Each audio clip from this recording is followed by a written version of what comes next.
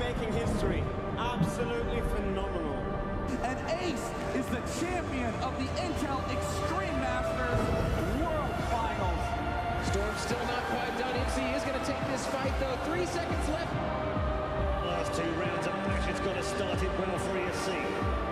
This is a massive move for Zez, but he's not content with just a Nexus kill. He wants to wrap out. And it's all done. I'm Strollin's winning. Unbelievable Rogue with a 4-0 victory over Classic. And they did it again in the grand finals. It's Nuke! Give it up for your Intel Extreme Masters World Champion!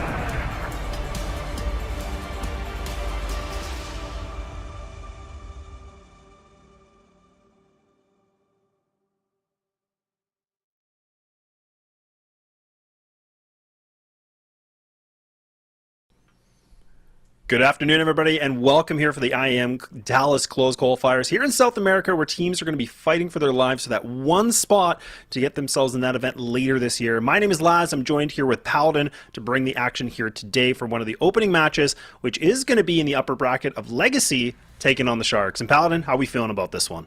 I'm excited to be here, Laz. It's been a little bit since we've casted last together, but we're in for a doozy tonight. And honestly, today's Counter-Strike, I mean, all of the Counter-Strike going on over the last few days over there in EU, a lot of fierce competition. We've got SA and NA starting today.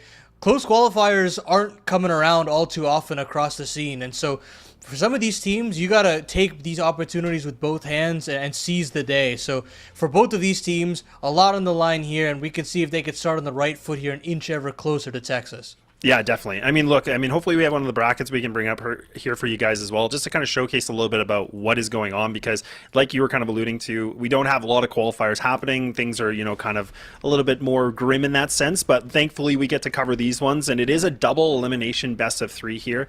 So this is where both these teams are going to be able to fight in this. The loser of this match does kind of get their second chance in this as well in a lower bracket, but again, this one's a tough one, Paladin, because, I mean, yes, there is a second chance if a team loses this initial match, but at the same time, I mean, this one's like kind of a bit of a coin toss for, I think, you and I both. Like, we don't really know what to expect from both these teams playing each other because they've had some roster changes, they've had some significant movement, and now it's really the biggest test here in an official match. Yeah, it's a very weird situation for Legacy as well, because they've been competing in North America for so long. Now that they're in South America, they're going to have to play against competition that they haven't been playing up against basically since the RMRs, I'd have to say. That was a schedule there for you, in case you missed it. Sharks Legacy for right now, and then we'll have the lower bracket straight away, and we'll actually have to send one team home right out the gate. So keep an eye out on that. That'll be later on tonight at around 7:30 Eastern.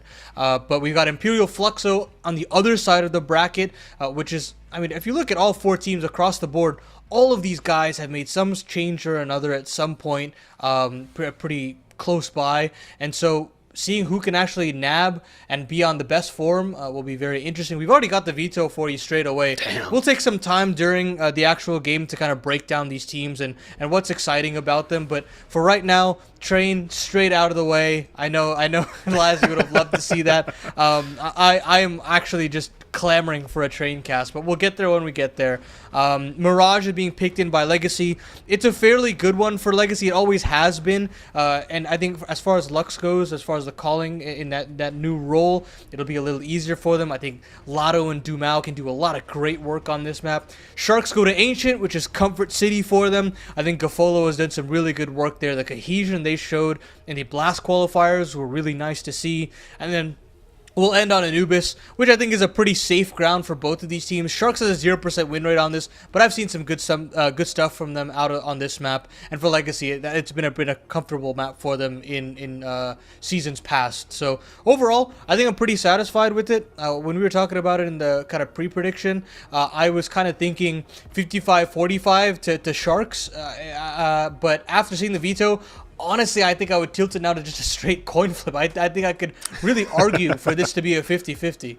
It really is, yeah, like, because that's a really good point you bring up, because I think you and I were both, like, talking in the green room, like, look, this is, like, kind of that, like, maybe slighter edge here for Legacy, but kind of looking at this veto, like, this is a little bit surprising in the sense that, yes, we get to start things off with Mirage, which I think is pretty much, statistically dead even for both these teams, but, I mean, there's so much more officials for Sharks playing on Ancient, so unless something fumbles here, I mean, this really could be a 3-mapper. I think this BO3 is really, leading the path of being to that distance here, Paladin, and I think that's what makes it pretty exciting because we've been kind of waiting to see some of the South America teams, what they've done. And like what I was kind of saying in the beginning is that there has been so many shuffles with people moving all the way around. So now there's a lot of, pieces that have to be kind of fit in properly. And now we get to finally see it in an official when it matters the most. So that's what I'm really, really excited for. But I mean, the one thing I want to ask you, Paladin, because I think, there's a lot to talk about both these teams, but like, is there any move that you're more happy with on the side of Sharks versus Legacy at all?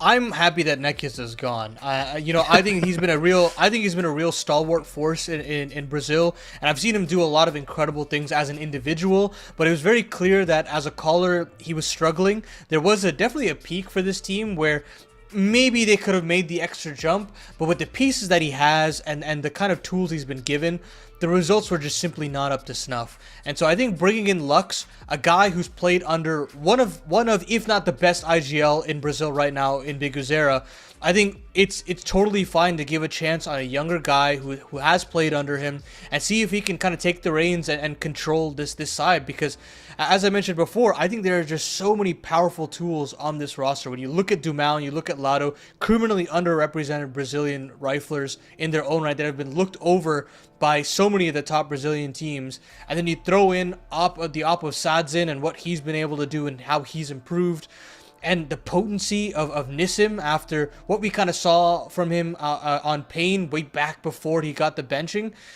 There's a lot to like about this team. It's just trying to get everybody on the same page and making them work. So I'm really excited to see how Legacy work, but we'll have to take a look at how that cohesion looks as well. Yeah, it's a really good point, because I think the one thing I was just kind of curious about too is just the fact of, like, for Legacy, like fighting in the open bracket, they were the ones that actually had to qualify to get in here, right? So they weren't one of those teams invited where Sharks was. So you could always go in a huge debate about what is the better way, right? Like, being invited, you're kind of not playing those officials to lead up to this, or do you have to play to get here that maybe gets you a bit more warm? But the thing is like you were alluding to, is, someone like Dumão has really been underrated, I feel like, for a little while. He's definitely one of those top prospects in the scene. Also, Lux is, like, statistically one of the better players right now, and he again came from Pain, like you talked about, which Pain have been able to be a pretty dominant team so far in the South American region. So I'm very, very excited for what Legacy has been able to build. Not to say I'm not for Sharks here, but I think at the same token, like, Legacy has definitely put in some good homework here and picked up some really unique pieces. So that's where I'm excited to see if they can continue this method of what they've been able to do in the open bracket, because it was so easy for them in the open qualifier to get to this point. The only challenge was really Bestia with like a 13-9 win and a 13-10, but we'll have to see. This is going to be a different challenge for them. Sharks are definitely not going to be the easiest competition. So I think this one is definitely, like I said, spilling a 3-map series, no doubt. Yeah, I think with Sharks, they've always been circling that tier 1 in Brazil kind of domain, but they've never really kind of gotten the hit on the prey there, where they've gone through IGL changes, they've gone through opping changes, even some of the rifling core has been changed and shifted around with the addition of Koala, but now I think that they found the 5-man unit that they're happy with. You've got Kafolo now leading this team.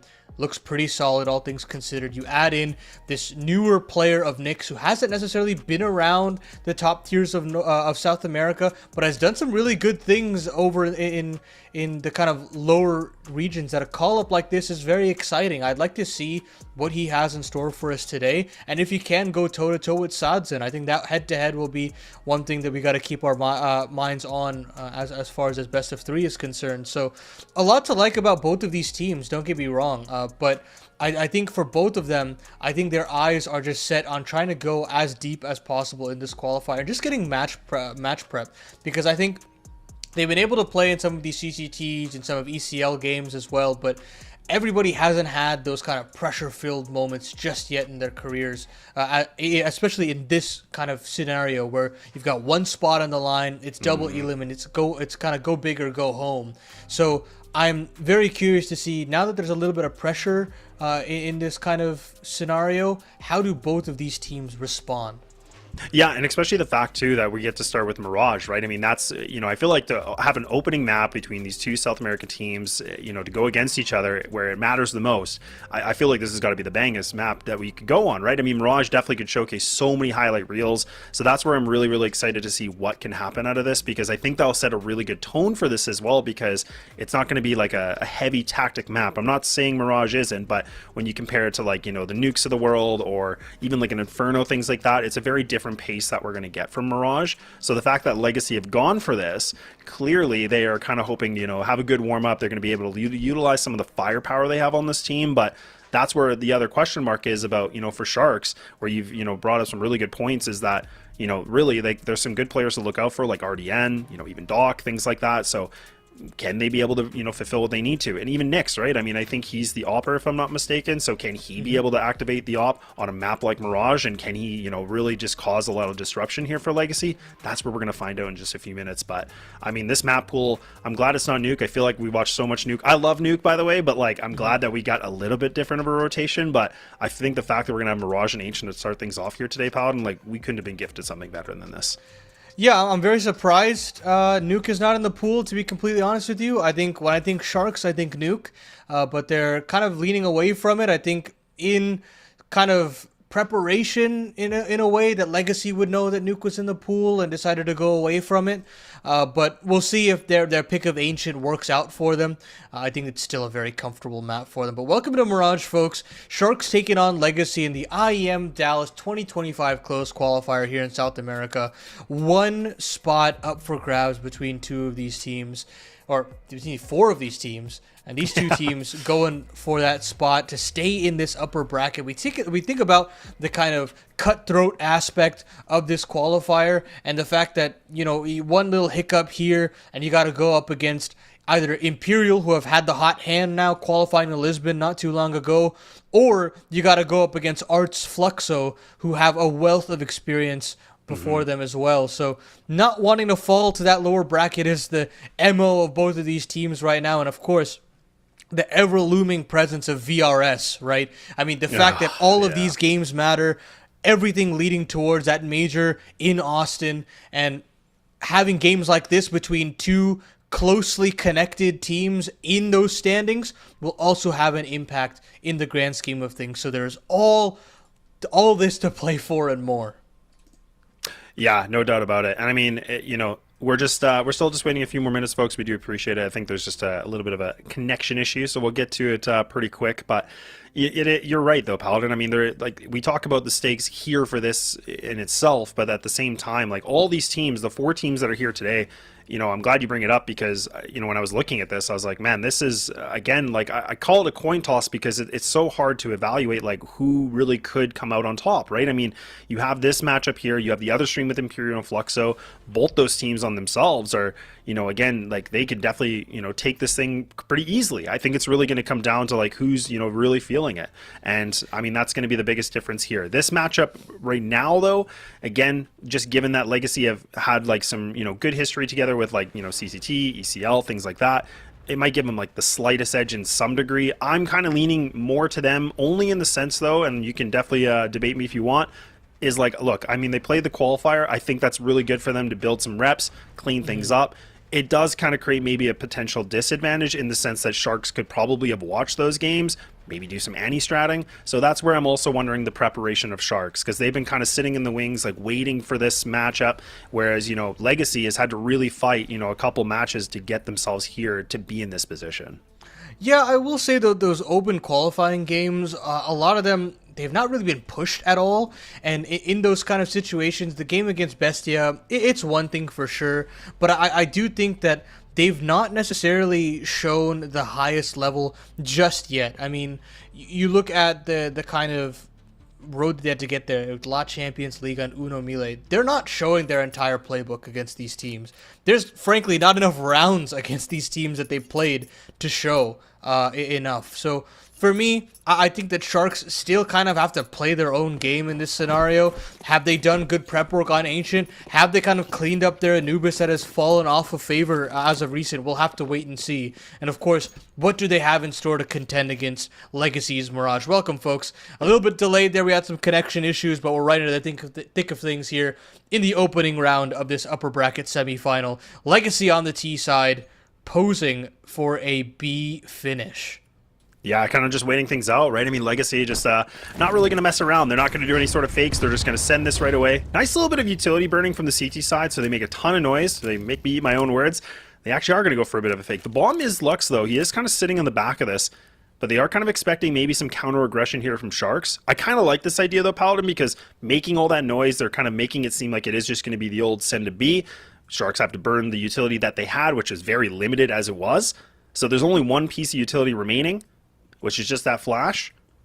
And surprisingly, I was going to say there's no kits either, so this is actually a little bit awkward, but I guess the dualies will drop for one player as well, so things are a little bit more tight. Now the flash is once again going to come through, but Sharks have 2 players ready for this, but Nissim, nice little bit of a startup onto this. Now they're ready to pounce into this. Now the CTs are taking some critical damage, and the Glocks, they are just annihilating all the competition in their paths, and Nyx is by himself with dualies in hand. I don't know if I even like these odds, Paladin, because look, Nyx is a good player, but my god, this is asking a whole hell of a lot. Yeah, saving dualies in a vest would be smart. I mean, well done to Lux there. I mean, he's essentially double pumping, right? He tries to cause a lot of commotion in the apartments, and as soon as he was met with that Molotov, he knows that there's going to be a significant rotation. So why not cut noise, force the rotation back out of the bomb site, and then re-execute through a split? That wasn't the initial game plan there from Legacy, I don't think. And you see them reroute and actually use that smoke to line up for the catwalk and get a favorable duel there. And you see that ladder body right there on the floor. That comes to the credit of Nissim. So a very well orchestrated, adapted round from Lux. And this is the kind of development that I need to see from this in-game leader. The ability to game plan a plan B when things don't go according to plan. And doing that against a Sharks unit that has steadily improved in terms of their cohesion. Yeah, no, definitely agree. And that was one thing that you talked about in the pre-show is like, the keys is gone, and that was something where he's been around for a very long time, and a lot of adjustments back and forth, but it is cool to see, someone like Lux being able to really call some good strategies and kind of revitalize a little bit here for Legacy. But I was a little bit worried just because he was kind of the bomb carry playing that close, but Sharks didn't want to get too antsy on it, which was the right call, obviously. Now they're just going to go for a full stack here on the A site. Nobody at all in window, nothing B. They're just going to, do a bit of the coin toss on this. Unfortunately for them, it's the wrong side of the coin here, Paladin. Yeah, this should be all good for Legacy, and I think you're right? I think that there's definitely a lot of changes to be made here, and even in that round there were nearly four players on that B bomb site, and Legacy just killed all of them, which honestly is not necessarily the best strategy in the world. Just to say like kill them all, but it's more just like I think just seeing the aspect of how he clearly understood what could happen with that incendiary being dropped and how he planned around that. It's just nice to see that he's already trying to think multiple steps ahead of Gafolo. We'll see how that kind of read goes beyond both ways as this best of 3 develops, but for right now, Lux has got the first laugh. Yeah, and a nice flawless round here too for Legacy. Like, look, they put pretty big investment on this. Like, they went armor Galil, no Mac 10s or anything like that. So they were quite invested into this. And the fact that all 5 players can stay alive is a nice thing here, just to keep that money a little bit more afloat. But now it's going to be a big test, right? I mean, Sharks got the coin back in their pocket with the round loss bonus, going to go for their favor. So we got the M4s, no A4s, surprisingly, all going to be A1Ss, so not bad, but we'll have to see. This is an important round for Sharks to get themselves back in this game, but also to kind of, get themselves at least on the board. But it looking like a bit of a standardized play from the CT side, just kind of keeping Nixon by himself into window, going to throw some of that deep utility into mid, but again, Legacy not even really entertaining it yet, playing a very passive setup, kind of expecting maybe some aggression here. So both these teams giving quite a bit of respect for round number 3. Bizarre use of both of those incendiaries as early as they did. They don't even get any real presence out of that, and now you're down to 4 smokes and a flash, and then you've got a nade as well, but there's no stall utility really in that sense. Anti-rush grenades are at a minimum, and that's just the problem with the loss bonus as of right now. So Legacy get themselves mid-control, and now they can flash Dumao into connector. That's a gunfight that Gafolo will love to take. And RDN winning his cat fight, they take a little bit more of a passive stance, and they win. Now it's this B-bomb site that's under fire, and look at that shot from Nissim. His entries have been great to start off Mirage.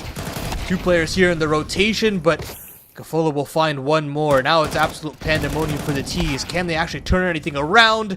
Just a good trade, but it throws Sadzin into a tough clutch. 1v3 with all 3 players on the B site proper.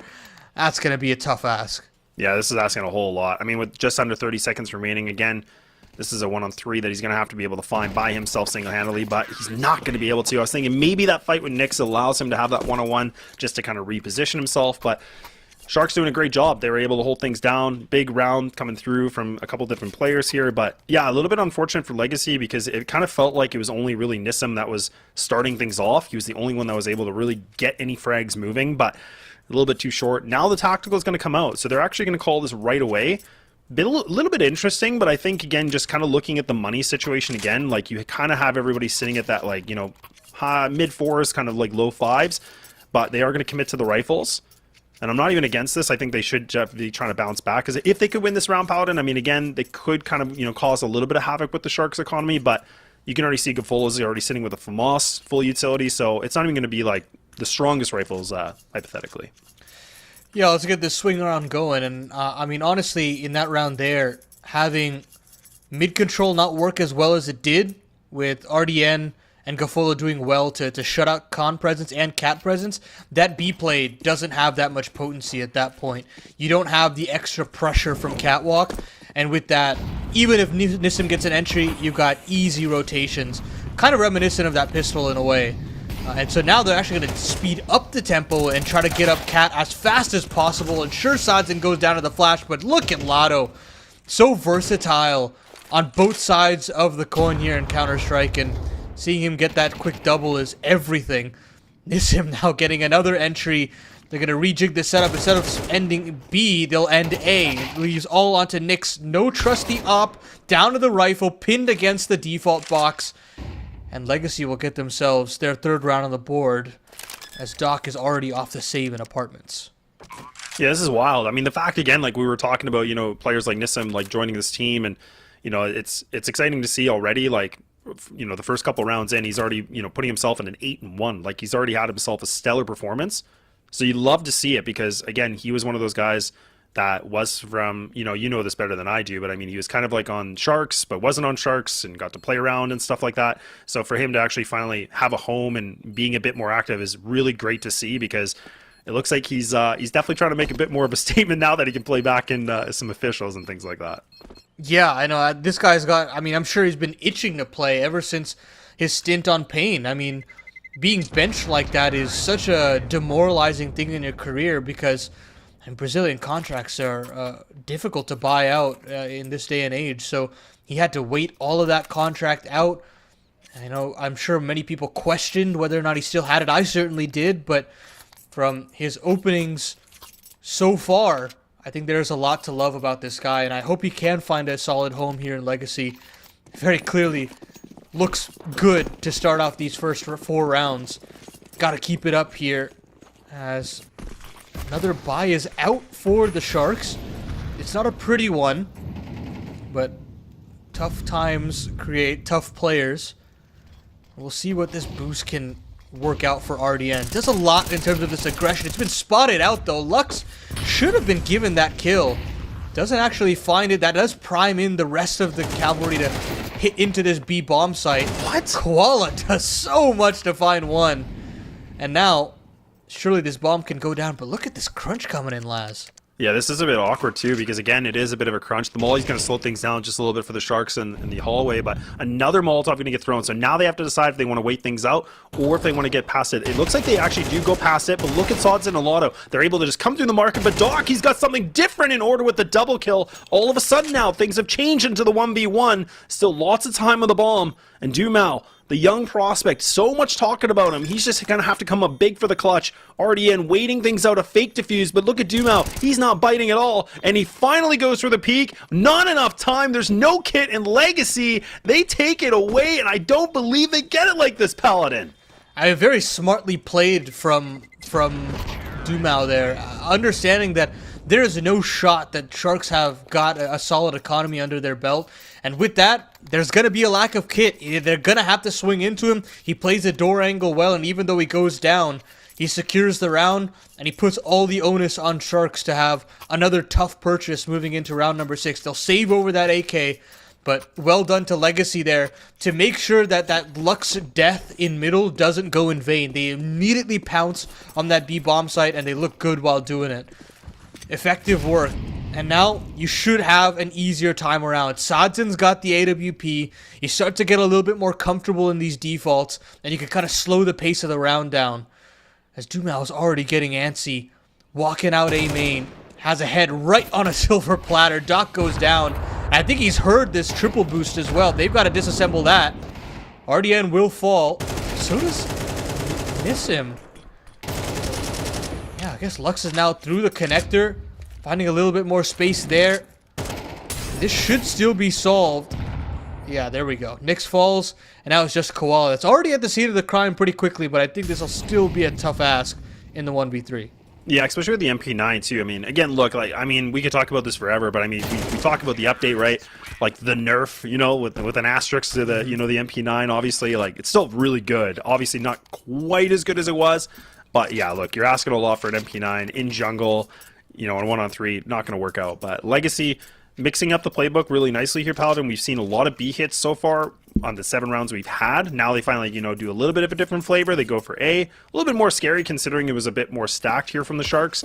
Now there could be some blood in the water. Maybe. We have to see if Nyx can finally get this op into motion. That's where we talked a lot about it, where, look, we know that he can be a lethal opper, but can he do it now? When they're down by 4, can he be able to find some kind of an opening here for the Sharks? I think he's got to will openings into his favor. He can't just sit around and let Legacy play their own tempo. I definitely think he struggled to call his own shots. Unlike Doc, who's going to go aggressing into underpass, and he falls straight away, goes 1 for 1. I think Legacy will be very happy with that. Nyx tries to reroute over to the ladder, and that bottle won't be heard, but Nissim kissing in the smoke in apartments will find RDN. A huge opening in that B bomb site, but the rotations aren't swift enough, and Sadzin punishes. He's on that angle, knowing the rotation comes in. The wrap is in from the IGL as well. That's a beautiful round there to crunch in on that B bomb site as they disassemble the Sharks and look good to get that 6th. Now, this is so much to take away here from Legacy. Like, their T side is just looking perfect, right? I mean, they're not even, like, losing that many people in some of these gun rounds. Like, we've only seen, like, the odd, you know, situation. I think it was the 1-on-1 with Dumao, like, 2 or 3 rounds ago. But really, it feels like Legacy have just... They've have a good game plan. Like, we were talking, I was thinking, you know, Sharks were going to be in the position of anti-stratting. They were going to know what to expect from Legacy. But Legacy, they are just on a whole other level right now. They're going to be at a 6-1. And they're taking every site they want to. Like, they kind of pick and choose. They're like, you know what? This is what I want. I'm going to get it. And there's not really that much contention right now from the Sharks. So I'm kind of waiting to see a little bit of a tactical Paladin. I would kind of hope so, because this scoreline is getting a bit out of hand. Like, I understand CT side's difficult, but this is becoming a large gap.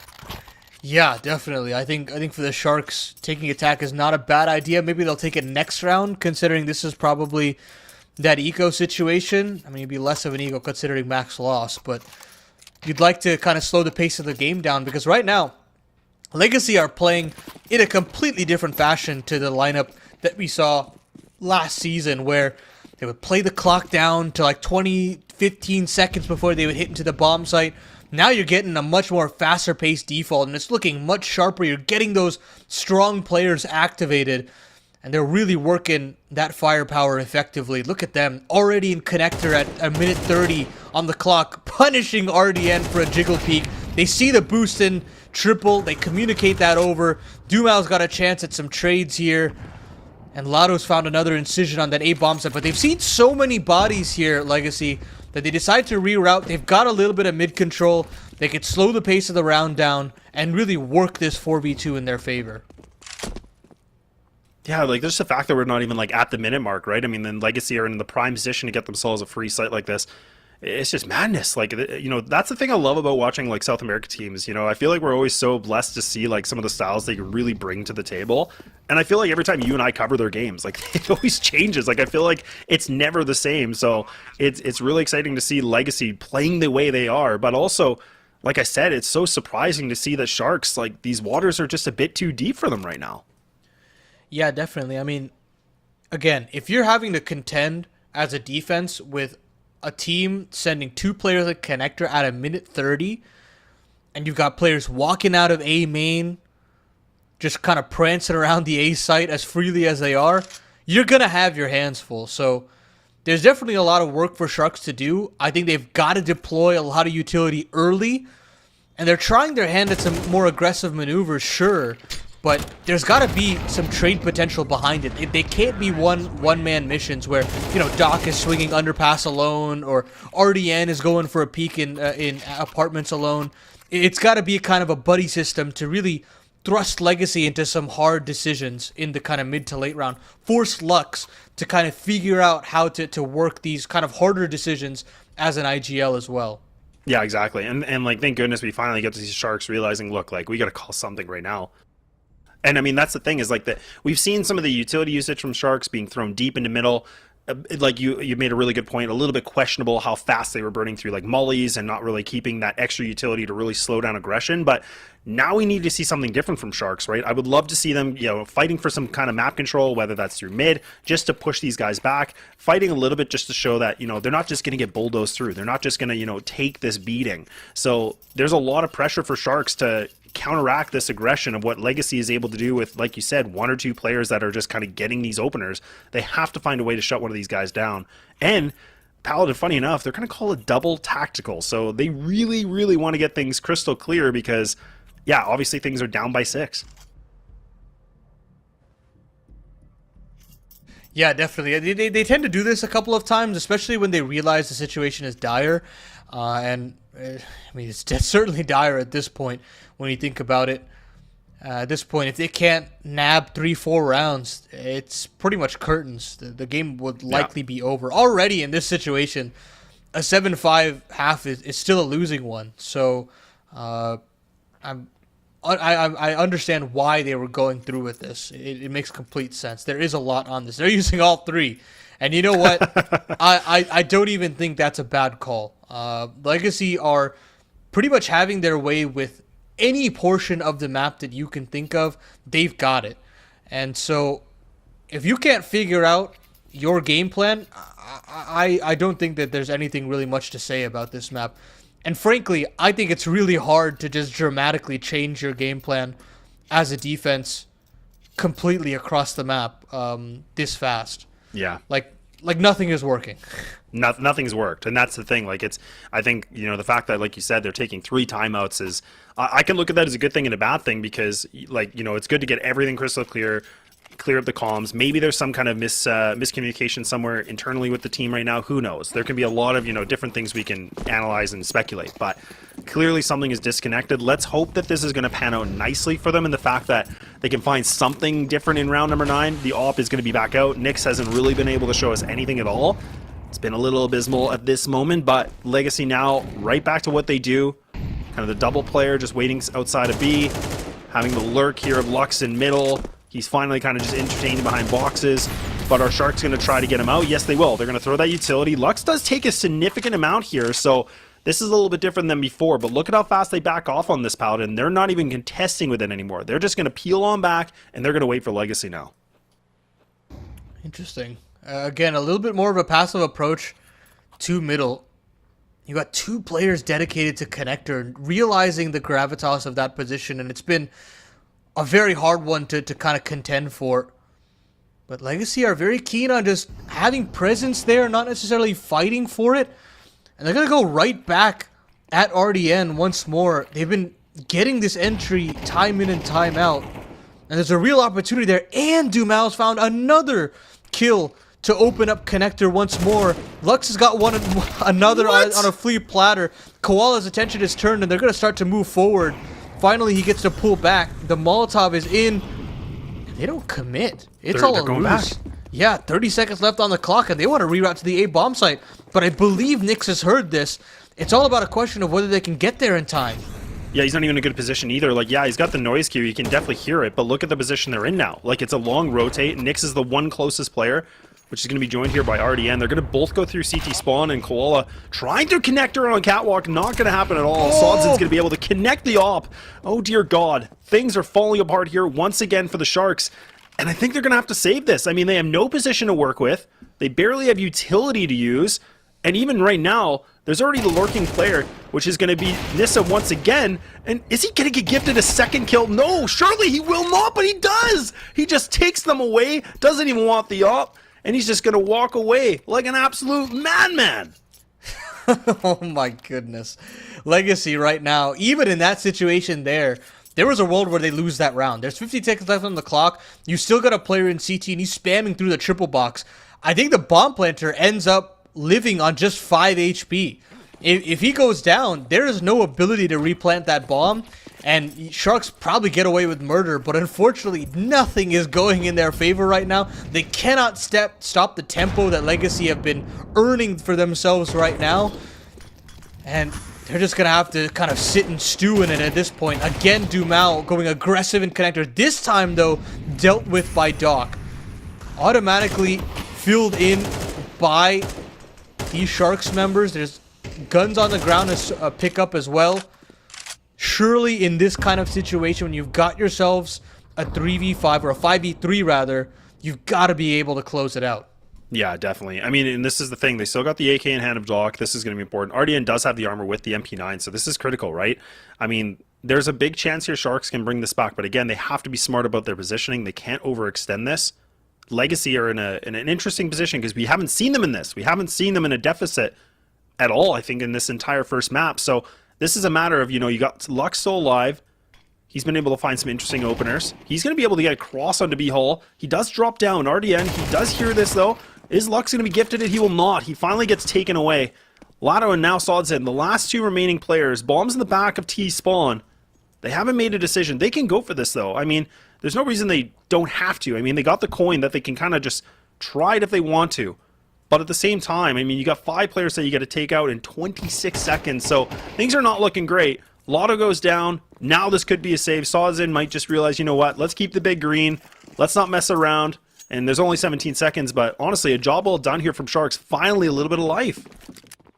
Yeah, definitely. I mean, they finally figured out the connector problem. They get that kill onto Dumao, and straight away, you can already see a little bit of unease from Legacy on that T side. Another player in Palace tries to get a little aggressive, and finally a CT can deal with him there. They do it on the pistols, and they've got to do it with the rifles. I think 4 is absolutely paramount at this point, and if they can't find that, they're still in for a world of hurt. And I've got to find just a little bit more replicable CT play here from the Sharks. Can they actually back up what they've been kind of been gifted in that round there? Yeah, exactly. And I'm glad you bring that up about, like, they figured out the connector problem. It only took them, 10, 11 rounds to figure it out. But yeah, they finally get it done. A little bit of nice movement from Koala. He gets himself on the catwalk, but now he's going to have to backpedal quickly. Legacy, again, just throwing a little bit of a ruse, making it seem like they might try to aggressively take mid, burning that utility once again from the CT side. They got 2 Molotovs remaining here of Doc and Koala. And then there's only HEs and a smoke here for the last remaining players. So this is where, again, Legacy have done a great job just burning that utility from the CT side, allowing them an easier entrance into these bomb sites. And they're just going to go for the 4-1 split. They're going to get everybody else onto ramp. They're going to have the lurk here from Nissim in Palace. This is going to be a perfect execute because they're going to get it for free. Because really, Gafolo's in connector. You have Nyx kind of just playing the AK, just jump spotting. So they're going to have to play full retake. And honestly, nothing's been impressive so far about their retakes. There hasn't been a retake, Laz. That's the crazy part. That's why it's not impressive. Oh, man. And now at this point, here comes the cavalry. And the rotations will be there. Finally, be able to take one gunfight somewhere. But instead, they're just going to get this bomb plant. I'd like to think for free. The spam isn't even coming through. You've got a 5v5 retake. Not that much retake utility. Dumao's found one through the smoke as it gets broken open. And straight away, the pressure's on the Sharks. No. Dumao will still stand and deliver 2 kills for him. Lato's there for the trade. Koala and Gofolo at this point don't have anything to do with this round here. They're going to try to save, but there's already a player trying to chase them down. It's the captain of Lux to find one more. Koala hits the deck, and it's just Gofolo to save this AK-47, but it's so unfortunate. When you look at what Sharks had in that round there, they finally go all in on this mid play, and that's the round that Legacy decide to go for an AXE. It's just so hard to read at this point, and Legacy can simply do no wrong. No, I just feel like the stars are aligned right now for Legacy, right? I mean, we're on the last round of the first half. I mean, honestly, look, the way this has gone, like, it's not even going to be surprising if we sit at a 10-2. Like, these guys have just really felt like they had Sharks' number the entire game. And like you said, the Sharks had a different setup in the previous round, and then they get counter-stratted, right? I mean, it's just like there's no luck here at all for them. And that retake was nothing. Like, they had nothing to work with. They didn't really do much. And the fact that Dumau is sitting in the middle of a site, and he can still get some duels through a smoke and things like that, it's just, this is where you just start to kick yourself, because nothing is connecting at all. Double players on Cat. They're going to see if they can find something a little bit differently. Not going to happen. Doc's got the nade ready to pop this open. And look at that. Lux gets it for free. Like, he just able to run through the smoke like that and gets an opening duel. And now they're going to be able to find another opening kill. Paladin. This thing is just falling apart. I mean, they are reading Sharks like a book. The one decision that Doc has, he's going to nade open the smoke. Yeah, of course, Lux is just going to walk through the con smoke. How do you expect that if you're Doc in that kind of situation? I couldn't tell you. And now they've got to kind of pull themselves up by their bootstraps here and come back into this 3v5 on this A site. They've got their way back into CT somehow. They've got a player in jungle, and finally Nyx hits a stunner. Wallbang headshot, but he finally falls. It's just this CT spawn pronged, and they're just getting spammed down through the smoke. They're not even able to get out of their own spawn. It's double digits for Legacy as they absolutely manhandle the Sharks here on Mirage.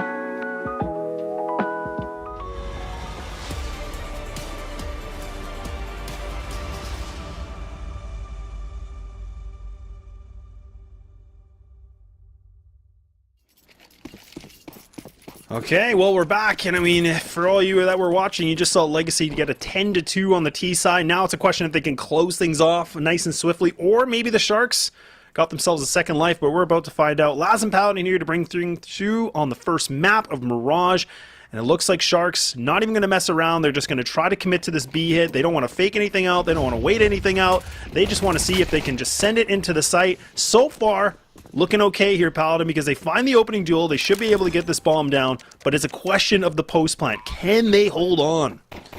There's no kits for this retake for Legacy, so they're already going to have to get a little bit of a move on. Sodson takes a dink to the face, and they've still not really scaled into market. They're taking their own sweet time. Finally, these smokes fade, so they'll have a little bit more of a sight line in. But they've got to actually get moving right now, and they've got to find some headshots. But instead, it's going the other way. RDN finds one, so does Nyx. Here's the answer back. 2v2 as we keep going in, but Doc finally finds a necessary incision. It's all up to Nissim in the 1v2, and I think too much time has elapsed at this point that he can't really get out alive either. Sharks live to fight another day as they find themselves that third round. Yeah, it's about goddamn time too, right? Like, it's like, look, man, this has taken a long time, and they finally get the pistol done. They get the bomb down. That's going to add a little bit more coin to the pocket. Now they're not even really, they're just going to keep the 1 Mac 10. They're going to keep these Galils in composition with the AK. So look, I like it. They need to bring back some rounds. It was a little bit scary because it came down to the 2v1, still in their favor. But look, they get it done. Now we see Legacy going to bounce back here with the 5.7s and a scout here for Sodzin. This is an important round here too because, again, Legacy are in a prime position about their economy. They burned everything in the bank. Sodzin actually goes for a bit of an aggressive peek here, gets annihilated. So Sharks already starting things off with the opening duels, finally going in their favor. We haven't been able to see that, I don't even think at all. It's been pretty much non-existent here, but finally they get 2, and they haven't lost anybody yet. That should be good. There's that 4 spy to deal with. A lot of Lux into Mao on these 5.7s. They can be potent, but being split apart like this, not having any idea what's going on in the middle, it's going to really spell some disaster. At least you'd like to think so. They're going to go for a bit of a gamble stack, send all 3 players onto this B bomb site and hope that maybe they end there. But eventually, I believe Koala will be able to get enough information out from that A site that there's nobody home. Gafola will clear out ladder. With 45 seconds left on the clock, they just got to make up their mind here, Sharks, and they've got to go together. Gafola will give them the answer that this B-bomb site is inhabited, and he will be able to live as well. I'm surprised he's able to live, That's but awkward. they've got everything figured out, and if they can hold on to this Galil as well, it'd be awesome. That's going to be a big question, though. And even Sharks right now, I mean, do they even want to hunt this? I just don't know if it's even worth it, right? I mean, yeah, you could take away the armor from both these CT players, but it's like the risk of potentially losing some of these guns, which, I mean, yes, they can bounce back. But it looks like they might actually entertain this idea. They're going to go double players on the catwalk. Dumao, once again, trying again with the 5.7.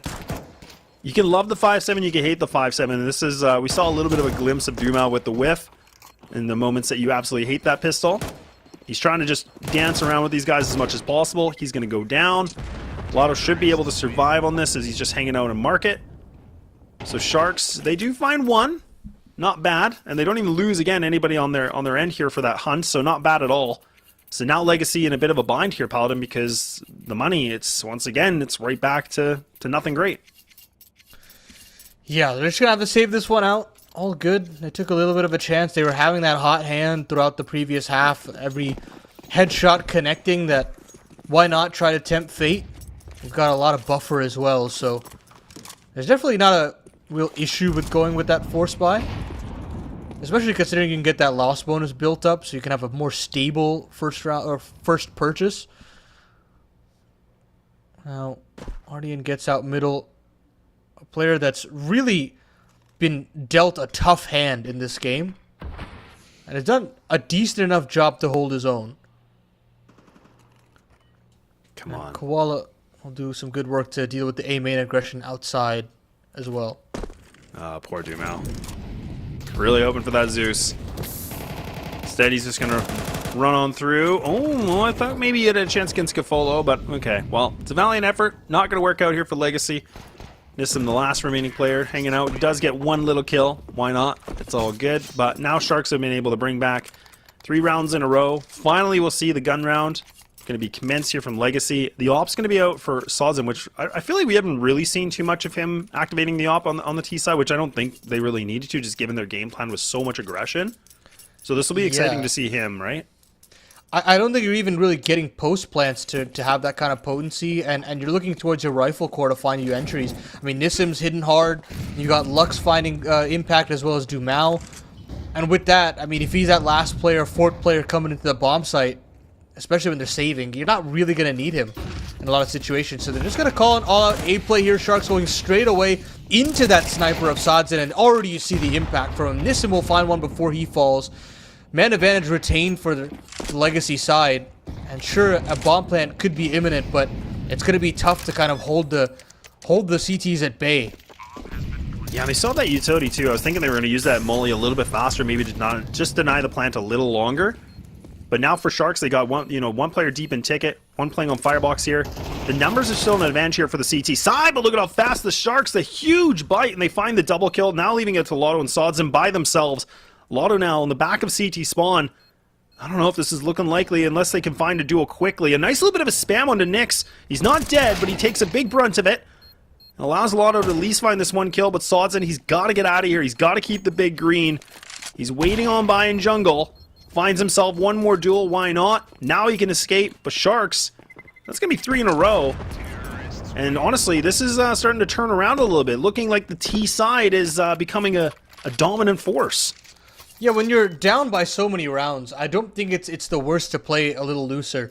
And that's kind of what the Sharks go through in that round there. They just call out an 8 contact play, not even 8 contact play, they just fly out of the ramp as soon as possible, throw those smokes out on the fly, hope that they get some favorable trades, and just they try to play a little bit more active in the post plan. As soon as they get that bomb down, they're trying to force fights as soon as those smokes fade, and Legacy cannot keep up with that. When you're getting those angles swung into you, it's going to be just a little bit more troublesome. So good work for them to kind of command the respect of Legacy a little bit more. They're not going to be able to just kind of steamroll their way to a 13-round secure kind of collection, but they're going to have to earn it a little bit more. They're going to have to grind their way out and win some solid gun rounds.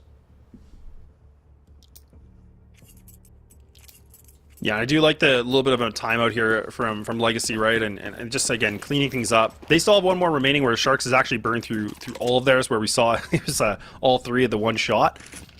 So now for Sharks, once again, it'll be interesting to see what they want to bring to this one. All rifles across, Galil for Nyx, but they, again, looking like they want to position themselves here for the A exec, which is going to put a little bit more pressure for Nissim, where he played on the default position before. Now Lux is, again, just trying to utilize that MP9 a little bit closer. Getting himself right into the thick of it. Oh god, that smoke's gonna get popped open. He was trying to be a little bit cheeky, but he just gets eaten alive, and Koala now finds himself a double kill to open up this site. And these CTs, they gotta get the hell out of here. They have nothing to work with. They gotta keep the big green in their hands. It's the tale of just solid entry work from both ends. I mean, on the Legacy side of things, Nissim doing a whole lot of work, and now Koala multiple times on this A bomb site to kind of relieve some pressure. Make Gafolo's job to call the micro a little bit easier. And Legacy are not going to necessarily feel comfortable about this scoreline continuing to close in on them.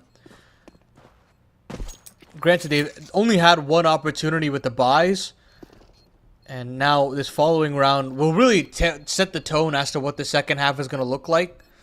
But already you can kind of sense some unease with the timeout being taken in the round previous, and the Sharks kind of manhandling their way into this A bomb site through brute force. Yeah, it really is a brute force, and again, we'll see what Legacy can bounce back with. I mean, this is where, again, when you're getting down in these rounds and you haven't been able to really find any connection since the first half, like at all, this has all been Sharks just leading this now. I mean, they're still behind by 3, but they're bringing this a lot closer. Like, we were talking a 10-2 at one point, and now 3 rounds away from a tie game scenario. So a big question to see what Legacy want to go for, right? Do we see the same CT setup? Do we see something a little bit different from them? Looking like a little bit of a 1-2-2, and that's going to be Dumao. He is, known as a better CT-sided player, from his time. Waiting for him to have a pop-off moment. But now they're going to just kind of backpedal a little bit more here. Nothing's been happening in mid. Slowly and surely, Sharks just kind of taking this map presence slow. But I don't mind this from Sharks. It is good just because they were kind of expecting maybe something fast from Legacy. So some good anti-stratting a little bit. But now I want to see Sawzen. He's going to have to be the playmaker here, Paladin. Like, I really want to see that CT op getting rotated properly, but he's in no man's land. Nobody's coming near him. Yeah, they're leaving him at that A anchor to just allow for a little bit more of a lean into window. And Dumau's just got to patrol through so much. They've not fought for middle at all, so they have no idea what's coming. Sharks are doing a very good job at figuring this out, and Nyx has found an entry. That's fantastic to have. You've killed this B apartments player, so it's going to have to be an all-out catfight to get into this B bomb site, unless Doc can do something from here in the window. Maybe you can get off a rotation, maybe you can get even more.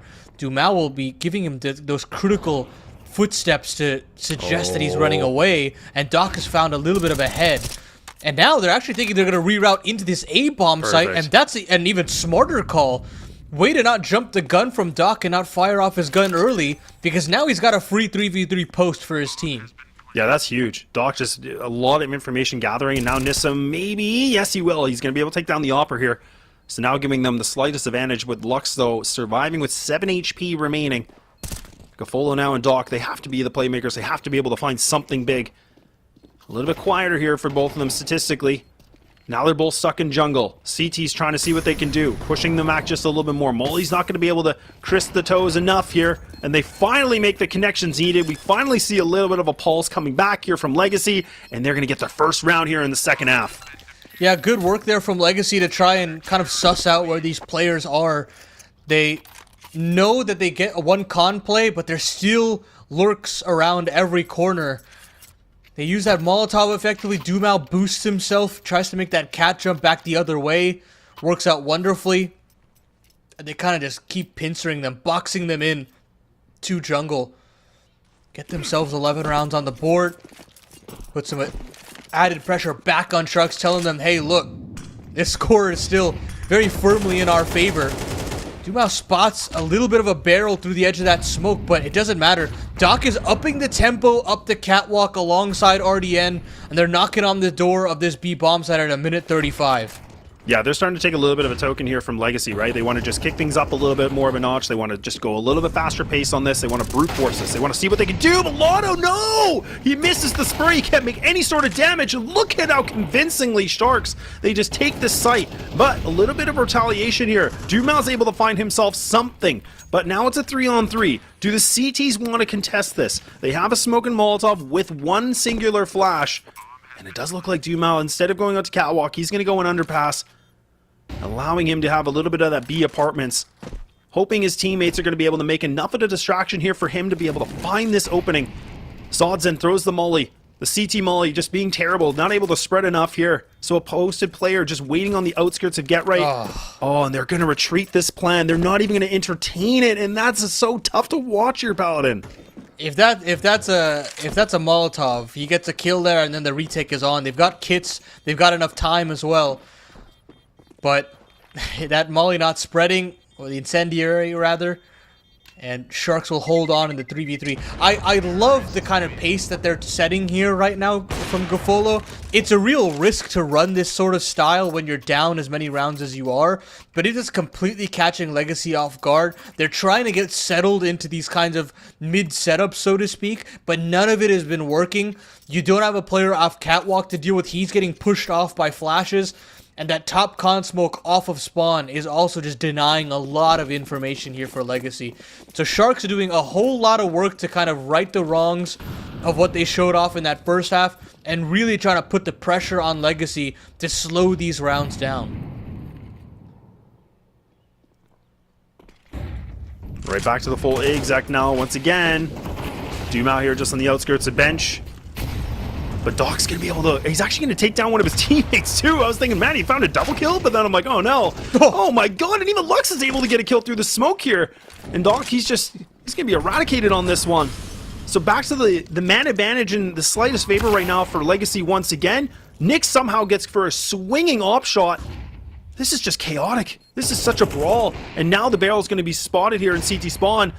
Just toying with this. Nyx just eats them alive once again with the op. He's just making all the right connections. And Legacy, they gotta retreat this again, Paladin. They can't seem to find these retakes. Yeah, that's a beautiful little setup there from Sharks. It's a bit of a bait and switch. They Molotov deep, and they have Nyx play ahead of that Molotov and have that little long line in between CT spawn, or ticket booth and CT spawn. And Legacy are completely unaware. As soon as he gets that first shot through, there's no flash to get him off the angle. They try to do their best to force a shot out of him with a little bit of barrel work, but nothing works. And Nyx hits the necessary shots to pull this game back within 2. Legacy, they'll have another purchase considering the loss bonus built up, but the Sharks have found a real nice rhythm to this offense, and there's just not really an answer here from Legacy to respond. Yeah, it's just so shocking to see, like, the CT sides have been really just non-existent for both these teams, right? I mean, like, again, the T side is really the moneymaker. And this is where, you know, we were thinking this was over. Like, we thought this was a one-sided affair, but Sharks, you know, get themselves on the offense, and they're a whole different team now. So, I mean, Legacy, this is a tough position to be in too, because when you have a lead like this, I mean, and when it starts to dwindle, it starts to get really, really stressful, and it's hard not to, like, get in your head because nothing is starting to work. And they're kind of going through the exact same path that Sharks were going through. And now they're kind of just essentially guessing on their setups on what they want to do to kind of really stop and stunt the Sharks. Need a big individual play to kind of break this deadlock. And nothing giving so far. Lux patrolling through catwalk. Nobody in top of connector seeing anything as well. So they just slide back into these passive setups once more. Let the play come to them, and luckily they've still found an entry to try and make things easier. Sadzin has cut off one head of the Hydra, but Koala still lurks within the palace, still searching for something. He hears that flashbang to prime Nissim in. He knows that there's a player main, and now that Dumal has fallen, this A bomb site is a little bit under threat. 30 seconds left on the clock. They've got to start getting a move on, and if they can't find this opening from Koala, then they're gonna have to call it quits. Maybe another route elsewhere could be a solution. RDN takes out Lux. But with 15 seconds left, where do they go? They've got to go to this B bomb site, especially after Koala hits the deck. It's all on Lotto here. He just got to find one kill. He spots ahead. He just has to find that one kill, and he will. That's it. Now it's all onto RDN just to stay alive, just to hold on to that rifle. And he should be able to. Caught between two mines, and yeah, he finds that necessary kill onto Lotto, but Lotto does enough. There's that individual presence that they needed to just at least secure overtime. Yeah, and that was such a really great display of just the trigger discipline, right? Like, he didn't swing too fast. Like, he even spotted the one head just on the edge of the window. He waited things out, that extra second just to burn as much time as possible. And the one person he took out was the bomb carrier, right? So that is even more worse for the situation of Sharks, where, you know, if you take the other player out and the trade happens, maybe the plant could have came in just in the amount of time. But that's a huge impact kill from Lotto. Something needed here from Legacy. Now we're on the map point. Finally, a moment I wasn't sure we were going to get to. I was kind of thinking this was maybe leading into an overtime scenario, but Sharks now needing to push 3 rounds to make that happen. Flash comes in. Nyx is just going to get blind as a bat. Beautiful utility work from both Nissim and Sadzin. He's going to throw the perfect pop flash, and now they can reposition themselves to the smoke right in front of Koala's face here, Paladin. Oh dear, this thing is falling apart. A little bit of a fundamental error there. Both players not playing anti in that A main setup, and that's a freebie for Nissim. Sadzin also following up on that contact play, and things go from bad to worse for Sharks. All that momentum, all that hard work to pull this as close as it was, all for naught. And they've got a last-ditch effort here in the 3v5. Dumal swings out to take out Doc. Lux finds RDN, and it's all on the captain of Gafolo. He's going to have an absolute heroic display here in the 1v5. He'll find the first, but he's already down to 12 HP. 40 seconds left on the clock. There is nothing to write home about here for Sharks in this round. And Legacy, after going through so much tribulation in that second half, get it across the line here and nab their own map pick. Man, that was definitely stressful. I mean, that's the thing we were talking about. For Mirage to be the opening map like this, it definitely was one of those ones that can be a bar burner, right? Because you just never know what to expect on a map like this with two South American teams. And man, it almost pushed themselves into an overtime scenario. Like, that's where we were saying Legacy were at a 10-2 for the first half. And the fact that we had that kind of a score line where they couldn't find any sort of connection, they had no retakes that were working. It was really Sharks just doing a great job being able to mix the playbook in pretty much a simple fashion for that A site over and over. But look, I mean, Legacy get it done. That was their map pick, let's not forget, but it was definitely a little bit closer than I think we all were thinking it was going to be.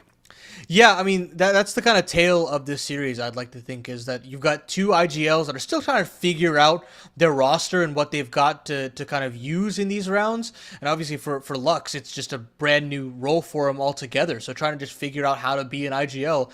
It's going to come down to situations like this. When you get into the crunch time, you're just going to have to rely on individuals to kind of pull you over the line here and there. And that's what you got, right? Lotto kind of breaking open the door and trying to make things work there. So good work from Legacy to at least avoid some catastrophe in the comms there towards the tail end. And now we move over to Ancient, which is a little bit more of Sharks turf. I've seen them have a lot of good cohesion on this map. I'm excited to see what they have, especially after saving face on their offense on Mirage as well. So we're going to take a little bit of a break, though. When we come back, we'll have that second map in this series to see if Sharks can hold on in this best of three.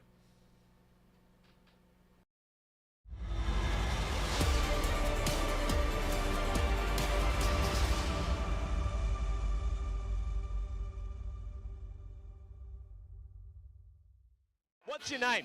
Lee. Lee, mate. Nice to meet you. What's it like being part of the best crowd in esports? If you're not here, you're not living. Let's go, the boys! Hey! All right, for now, we're going to send it away. Let's show the world why we're the best crowd! You're champions!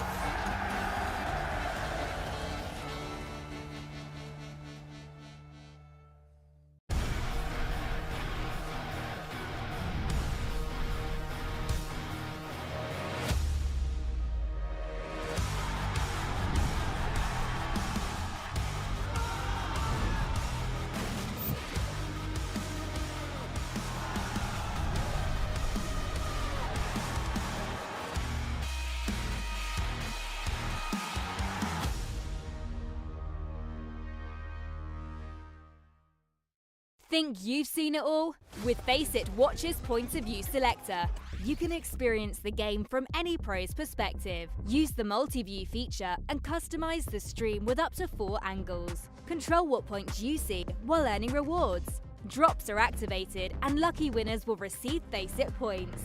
And if you ever miss a match, VODs are now available. Get instant access to demos with multiple POVs and commentary. Watch it, control it, Faceit.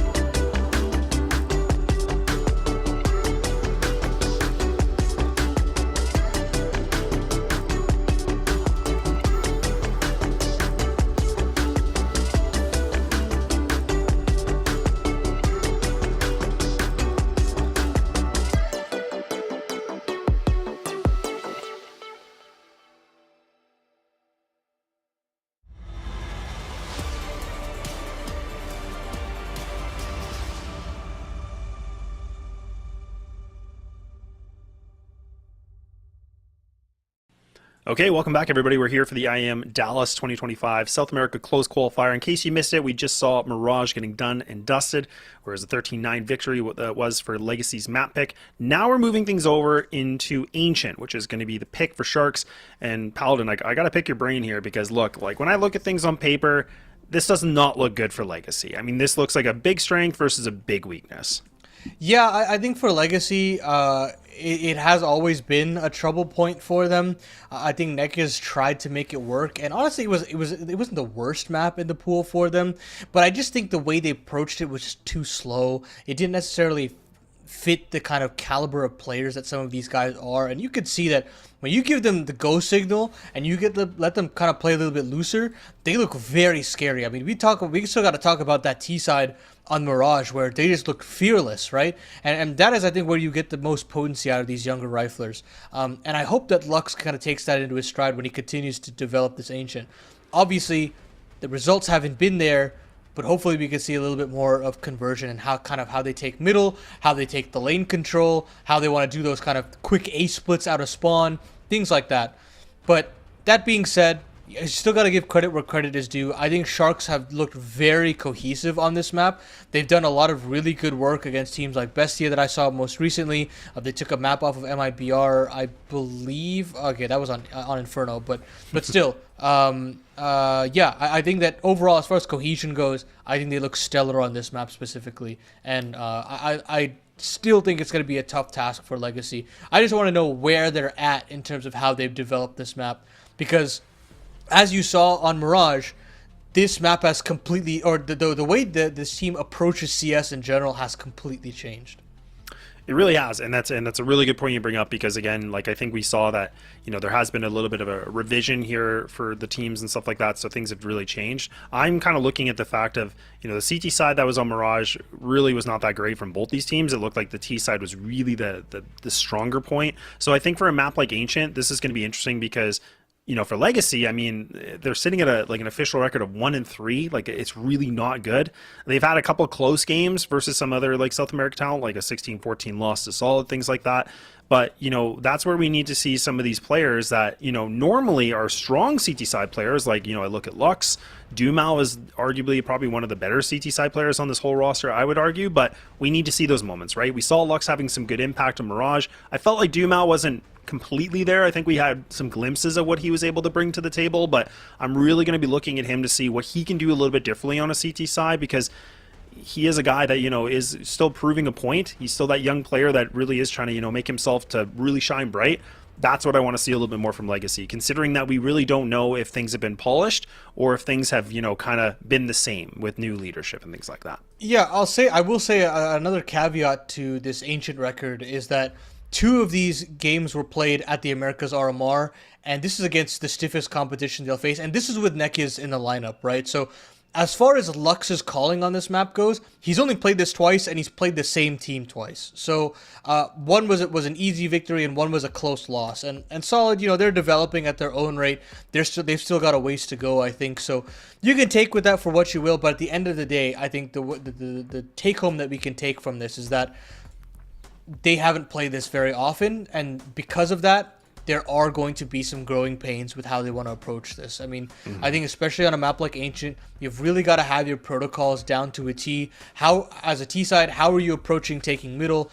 How are you approaching A splits? How are you approaching those late mid lurks and playing around those mid lurking players? You know, when you've got a player late round in red, do you want to end in the A split? Do you want to end in a B split, but except you kind of just go like a couple players through lane and you have a late spawn wrap? There's all these things that you got to think about, especially on the offense specifically. And even on the defense, I will add, I think that map specifically also needs a lot of attention to detail, right? You got to really understand how you're rotating across this map. You can't rotate willy-nilly. The way you approach middle as a CT, do you have those 2 players that are coming to take control? Do they understand how to play the map? So all this being said, I think that there's just a lot to kind of wrap your head around if you're Legacy, and for Lux specifically, that they're going to have their hands full because Sharks know what they're doing on this map. I'd like to think, at least from what I've seen. I would love to be proven wrong, but overall, I think that I've seen a lot of really good stuff from Sharks. So it's going to be a tough test. Don't get me wrong. It really is, and that's the thing where we, when we kind of look at the, the overall stats of Mirage, I mean, it was really for Legacy, like Nissim really had himself a great game, right? Like he was sitting at 21-12 that he officially ended with a +9 KD. He had a rating of 1.60. Like that whole T side, it was all Nissim. Like he was just running around, getting the openings that he needed to. Dumao was kind of, complimenting him as much as he could. He actually, surprisingly to me, he was a 1.22 rating on Mirage. And when you kind of flip on the other side of the coin here for Sharks, I mean, it was only RDN, and he actually had himself, the best stats out of everybody. He had a 1.25 rating. Everybody else was a 0.84 and below that. So that's where we were kind of saying, like, Sharks had a really, really bad start. Like, going 10-2 against you, able to bring things back and making it really, really close. I mean, not bad at all. But this is going to be a better pick for them. They're going into a map that they've historically been really good at. This is more kind of the question mark about Legacy, and that's why we're putting a little bit more emphasis about what can they do on a map like Ancient. What are they going to be able to bring on this? Because they most likely should be starting on the CT side since this is the pick of Sharks. But, I mean, I'm going to be hopeful that Legacy can kind of transition a little bit of what we saw in map 1 into map number 2. Yeah, I am very hopeful. I want this series to deliver. Right now, the Sharks are kind of put up against it. They've got to showcase their prowess on a map that they've been playing quite a bit on, and they've got to do it against a Legacy roster that definitely feels hot to trot. When you talk about Nissim and you talk about that guy's offensive potential, and then you got to also deal with the fact that on the defense, when you think about Legacy with Nekiz, one thing that really made them exciting was how valuable Dumao and Lotto are as CT riflers on this map specifically. You also had Barton in the mix not too long ago, who I thought was a criminally underrated anchor on this team. I thought he was honestly wrongfully removed from that roster. And so I'm going to be interested to see how Nissim handles potential anchoring duties on this map, or if it's Lux. Honestly, I don't even have enough tape to really know how the roles have changed up as much on this map specifically for Legacy, especially on the defense, but I suppose only time will tell. I think on the side of Sharks, trying to dissect the limited amount of tape they have is also going to be interesting. They don't really have too much to go off of in terms of how they want to anti-strat this team, and so they're going to have to really stick to their own guns as to how they fundamentally approach this map and see if that does the trick against this roster of Legacy. Look towards players like Doc in terms of aggression. Look towards players like RDN, who also has a lot of power and potency in the mid to late round. Yeah, definitely. RDN's definitely been somebody that I knew, like, statistically, in the history of this team was, like, decent, but, he really had himself a bit of a field day on the first map, considering it was a loss. But, look, it's all going to come down to this. I mean, this is a question if Legacy can get things done with a 2-0, or maybe it could go to 3 maps, but, oh, dear God, I don't even know how he's still alive. Lux is able to put these dualies into full effect, and even blind, he finds the triple kill, and it was looking like Sharks maybe were going to get a bit of an opening with the utility, but it just backfires, and that bomb's going to go down. RDN, the man we were just talking about, he's got 10 HP to spare against 4 CTs, and honestly, Paladin, I just cannot believe Legacy, they get a lifeline with those dualies, and they survive the pistol once again. I was talking about the worries that I had with anchoring, and Lux says, fine, I'll do it myself. 3 kills on those dual Berettas. Nissim's got the backstab here, no problem. And RDN will hit the ground. So Legacy have a beautiful start to their defensive campaign.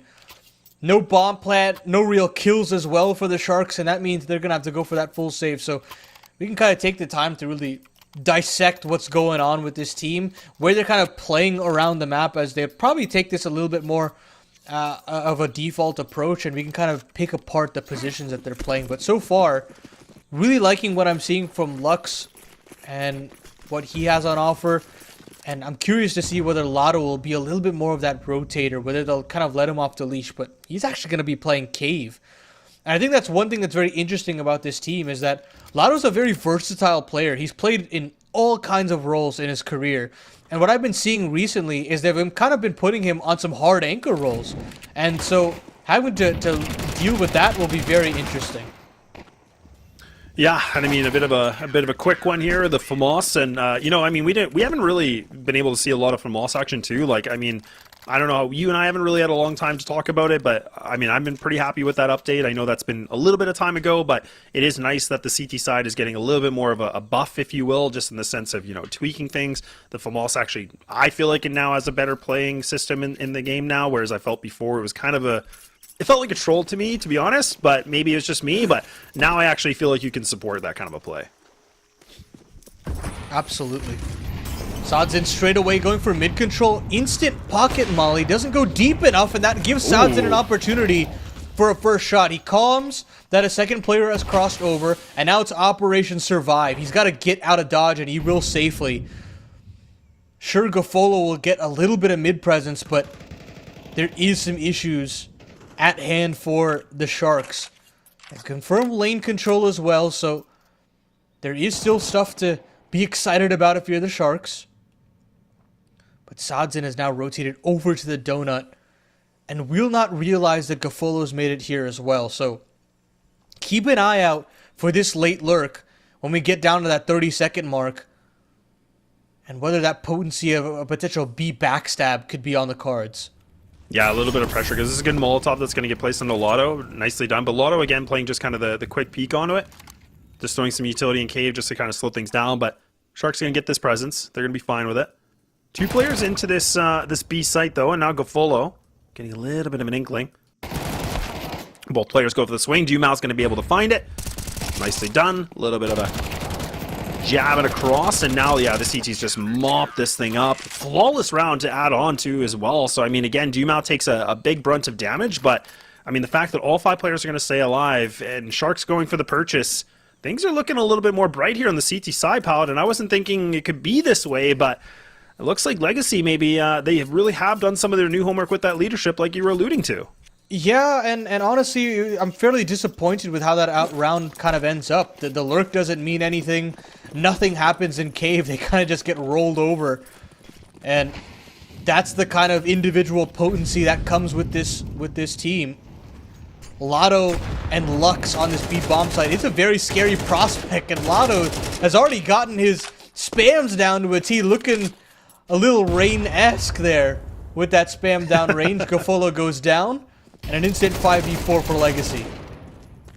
Yeah, an instant. This is a quick round. It's going to be pretty much over unless we see something in the impossible right now from one of these 2 players, the Sharks. But it's really about, I think, Legacy just keeping their players alive. Oh, dear God. Okay, hang on. I mean, the nade does a little bit of bounce back. That's nice. Okay. Things are cleaned up nicely. No guns saved. It was looking a little sketchy for, what, 2 seconds there, but nice little bounce back. Legacy, again, maintaining good form on the CT side. This was, you know, I know historically they have been a better CT-sided team on this map, despite their not so great record, but things are looking pretty good, and it does seem like it's a lot more polished than I was kind of expecting, right? I mean, I think that's where my head was scratching a lot about just like the revamp of this team and how much could change, but so far it seems really good. Yeah, there's definitely a lot of shifting around here, but so far so good. There was always going to be some growing pains after Neki's departed. Growing pains like that, missed nade from Lux, but here comes Good RDN. 3 players, or 2 players behind him, 3 players in total, trying to walk and slink their way out through mid. Might even consider going through some smokes here. Nobody to greet them in red room, so RDN can get settled here as the round develops, but Lars just gone through the cave smoke and found 2 out of nowhere. Just completely spoiled the Sharks party, and all that plan A that was gathered together is going to have to completely reconsider itself here. Oh man, you gotta love this though for any Legacy fans, because again, the fact that Lotto's able to just go for a swing like that, Sharks never expecting it. They're gonna get this bomb down though, so look, I mean, 3-on-2 situation still. Molly gonna get thrown onto long. Lotto right now sitting himself at a 7-1, and now Nyx has actually been able to find a connection with the off, so things are back to an even playing field, but no, Lotto's looking for more. Sitting on the triple kill, maybe able to find this quad. And now it's just down to Doc. He hasn't been able to find a single duel in his favor at all this game. Sitting at an 0-4, desperately hungry to find a duel. Timer's already halfway through, and Legacy need to get moving. They need to be able to find something. They got the kits. They don't have any utility to block things off. It's all about just hitting these shots. Doc's able to find the 1, not the 2. And there it is. Legacy will continue on with a 5-0. Yeah, a little bit of inexperience there from Nyx, re-peeking, I think, a couple too many times there. But, of course, when you've got that pressure in the 2vx, you're just trying to shave off one player to make it a more doable scenario. Dumao takes a long time to get through the cave, but it actually gives so much information to them. They know that the site's probably clear. They know that the back lanes are clear, and cave, there can only be one location. It's got to be that tucked-in banana position, and he gets cleared out straight away. Trade is effective. The instant defuse as well. Very dynamic CT side here from Legacy to start things off, and some crisp retaking to end these rounds off as well. I'm impressed. Yeah, I think I'll be with you here too. Definitely impressed with how things are going, and I want to see a little bit more with these ops. I'm excited that we get to finally see Sodzin getting it equipped. There we go. Nice easy one. And he's able to escape with his life. This is actually really good positioning from him. Look at him and Dumao together. They don't even need utility. They're just going to bring the guns to this fight.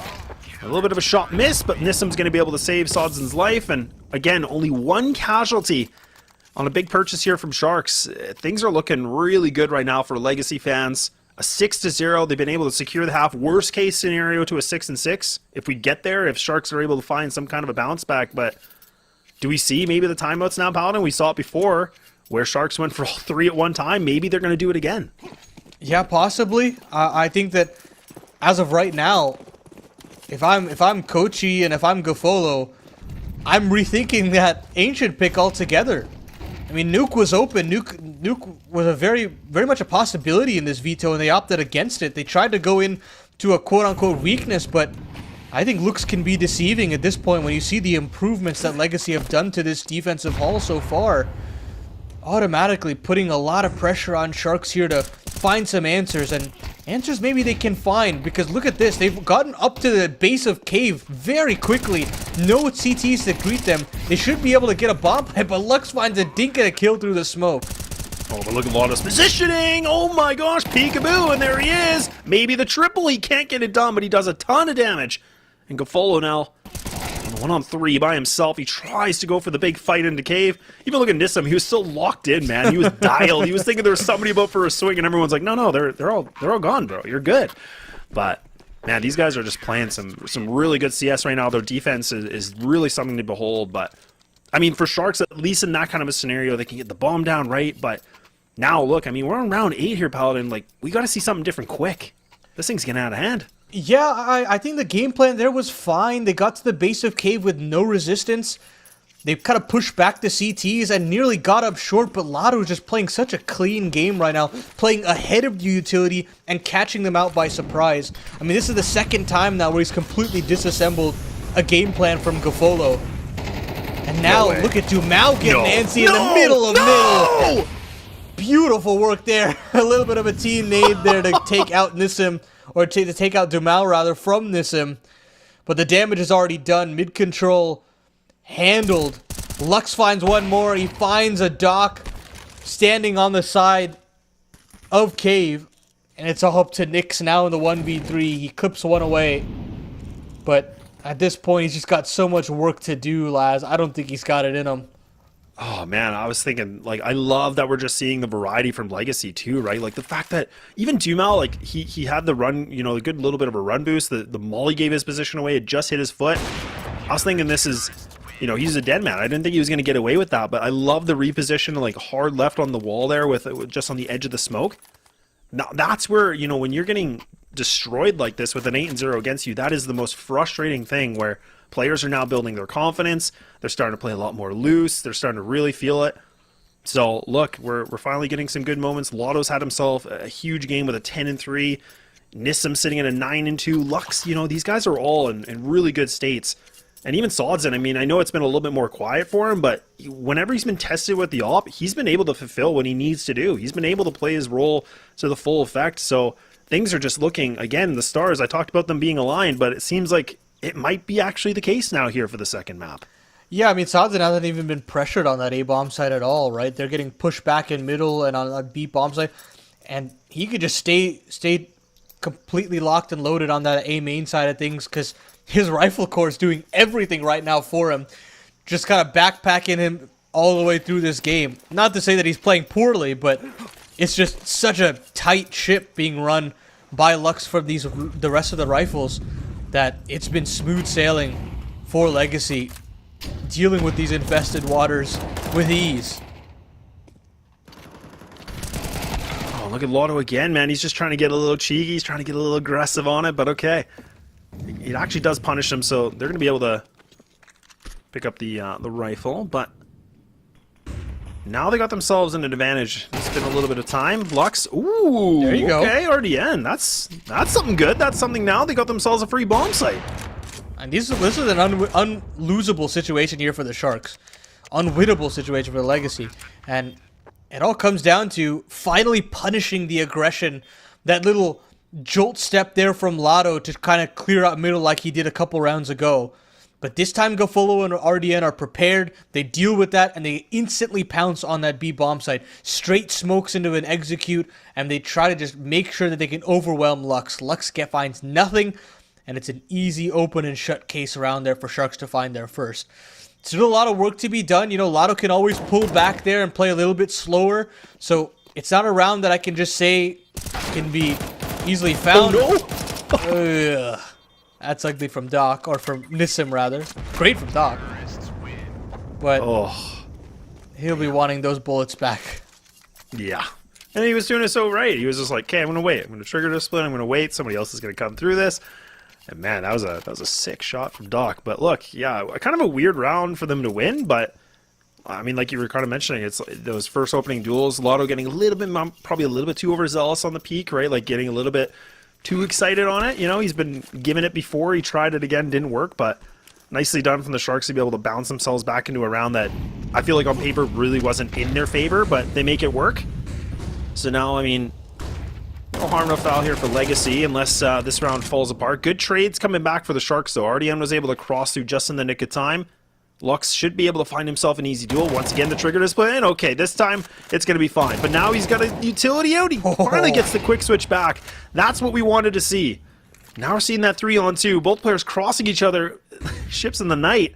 They have no idea what just happened. And this is interesting because now you can see the bomb is finally making its way into this site. But he's gone. And things just get cleaned up quickly from Sodson again. I mean, that's an absolute turret from Sodson there. Having a 90-degree flick back in the cave. Being aware that there's a cave player like that. That there's a little bit of a timing. Great communication, I'm assuming, from Lotto there that was a possibility. Penny never drops for RDN that Lotto is missing. And sorely costs them there in that round. 9-1 for Legacy, and they've just understood the holes in their potential defense, how to bottle them up, how to really play together and tether accordingly, and it just looks so beautiful. Look at the spam now from Lotto. Nick's falling, no opportunity to get work done on that boost box. And this is just more of that exciting Counter-Strike that you would hope that you could get out of this Legacy squad. And Lux is now spamming through the floorboards. Beautiful. That's 2 spam kills. That's from Lotto starting things off, and then even Lux able to find one too. So, like, again, Sharks just, like, it just seems like there's no horseshoe. Like, these guys have the worst luck in the world right now. Nothing is lining up for them. Like, no sort of an ability to get any movement on this T side. But, I mean, look, the split on this is kind of interesting because they got the 2 players in A main. The bomb is in the outskirts of T spawn. These guys have to be able to win some duels. Not going to happen at all. And Nissim finds an easy kill on the RDM with no trade? I mean, what do you even do in this situation? You're on a 2-on-5 with 45 seconds remaining, Paladin. I mean, I think you just got to tuck tail. Yeah, I think you're right here, Laz. And unfortunately, it's a very damned if you do, damned if you don't kind of situation, right? Because you got to give 10 to your opponents, and you're just kind of seeing these rounds fly by. But with Doc finding the AWP, giving another shot to Nyx, I think it is just the best call. And they kind of have to grimace here and fall away, but what can you do? Legacy are just on another level right now. Really making the Sharks regret this decision to go into this map. And that's what, like, again, like, you always kind of take everything with a grain of salt, right? Like, I mean, I knew, like, with their, you know, the other roster and things like that, like, their CT side was really, like, the heavy side for them. Like, on this map, even though they have, like, a 1-3 record, it's their stronger side of, like, a 68.57 rating. But still, like this is just so shocking to see again. We might even have a deja vu situation, maybe, unless Legacy can even find another round in their favor. But there are double digits in the first half, Paladin, which I feel like we don't normally get to see that very often, right? But I mean, it seems like Legacy they're on some kind of new little bit of a meta or something like that. And Doom out tries to get a bit aggressive again. Not going to happen. Gafolo's finally going to take him out. So they've been able to find 2 beautiful openers from him. So things are starting to look a little bit better now for Sharks, but can they maintain this form? Can they be able to finally get themselves a secondary round needed to transition in that second half? Oh, they should. They absolutely should. Lux is aggressed down Banana. Still a little wary that there could be a player out in the base of the spawn. So he doesn't try to clear out Pocket on his own. And because of that, the round slows to a halt. Legacy can't really find a foothold back in. And this is another one of those rounds, Laz, where they've just got to convert this. They've got to convert this 5v3, especially with the amount of control they have over the map. Lotto is still trained, still wants to give this a shot. Spots a couple of heads, but there's RDN. Finding essentially the round-winning play, you'd like to think. Lux will claw one back, but they know that that's the remaining B anchor and that this bomb site should be open for business. They smoke both sides. Sods and nades open the smoke, but the bomb planters made it over. The C4 should hit the dirt. And Legacy will try their hand at this 2v4. It is the last round of the half after all. Yeah, it's all this, right? I mean, everything has to come into this. No more saving. Everybody's just got to commit to this plan. But Sods, and again, has the op.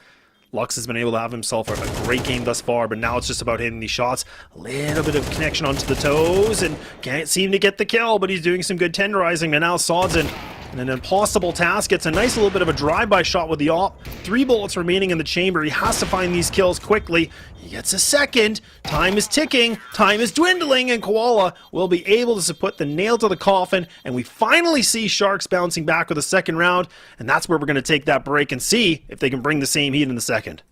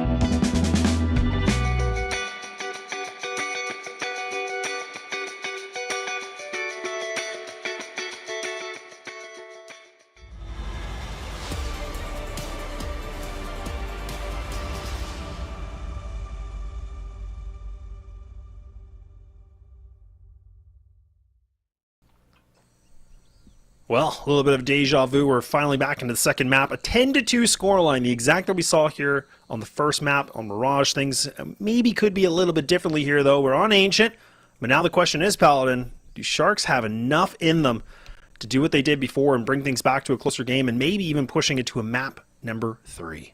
They'd love to get there to Anubis, but it seems so far away now. Just have to put one foot in front of the other and hope that something connects. Of course, the margin for error is even more shallow at this point. And I don't necessarily know if they've got it in them. I mean, you don't really got the individual flair that they were at least able to hang on to start or to kind of close out the T side or the CT side of Mirage. But here on the defense, I think there's a little bit more leeway to do a good job. But of course, it all comes down to this initial round. This second half pistol. Go big or go home. And right now, I mean, Fluxo are up a map against Imperial. You do not want to play that squad in the lower bracket. Let me tell you that much.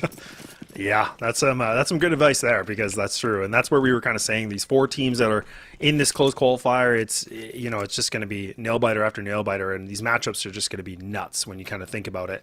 But I mean, look, we can't get ahead of ourselves yet. Legacy still have to prove to us that their T-side can be decent, and Lux is still able to find himself more impact left, right, and center. He finds the double. He's sitting at a 14-7, but that again is a ruse. It's just going to be Gafolo now with a USP only.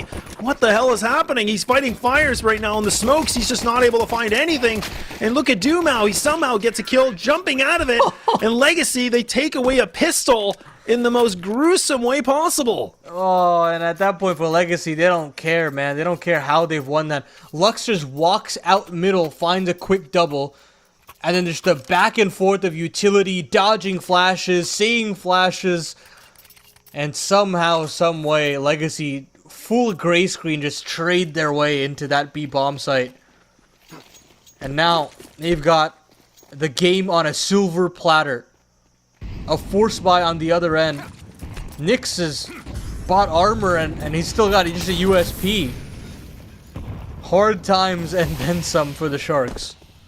It really is, man. It just felt like I was thinking this is going to be the bounce back moment, the comeback moment here for the Sharks. But I mean, I think a lot was really riding on the pistol round, as cliche as that sounds. But I mean, now it's just about Legacy just trying to put the final nails into this coffin potentially. But I mean, 11-2 and now transitioning over, not bad at all. Ancient has been looking really good here for Legacy. And these bodies are just starting to hit the floor. And yeah, I think this is all over, Paladin. I mean, look at this, like Sharks. I mean, with that investment they put into it, you got to keep it. You got the armor, you got the MP9s. You just got to do what you can. Yeah, and it's so weak that, like, you have to save MP9s. Like, that is the situation at hand. And it's unfortunate, but that's all they can afford. You'll probably end up seeing something like 5 MP9s in the next round.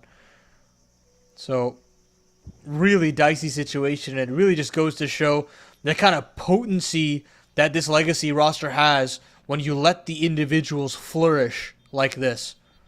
And to add on top of that, you've still got Lux playing like he's still on pain. That's the most ridiculous part.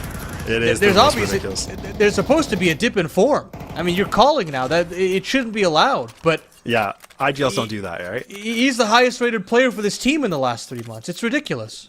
It is ridiculous, and again, I'm so glad you bring that up, because I was thinking that too. It's like, how is your IGL like your best player? Like, when you talk about the last 3 months, he's sitting at a 1.24. The next closest person was Dumao. He was sitting at 1.15. So the fact that Lux is that much better when he's calling and like fragging like this, I'm all for it. Like, I mean, it's a nice little bit of a shift, right? We talk about IGL's not able to really pack the punch, but looking like he's going to eat our own words. He's going to change things up here for 2025, and I love it. Oh, and Doc is really thinking about getting frisky here. The nade is suggesting that he's probably deeper, but okay. He does get a kill. He gets a second as well. I'm shocked that he finds 2. And now Nyx can, have a freebie, but niffs him head on a swivel, rips his head clean off. Doc is still there for a trade.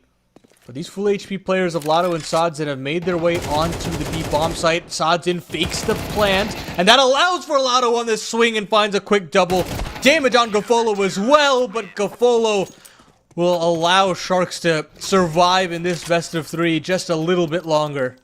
It's kind of crazy to think that that round honestly became that close because, you know, again, the nade was just, you know, being pulled on the outskirts of cave. Doc goes for a huge swing, like honestly a Hail Mary move like that. I feel like 9 times out of 10 that will never work, right? I mean, he went in, he just went for a swing with the MP9 and he was able to get 2 kills. Like I thought maybe at best he'd get the 1 and done, but the fact that he was able to find 2, I mean, he just pulled a lifeline so hard and keeping them a little bit in this game.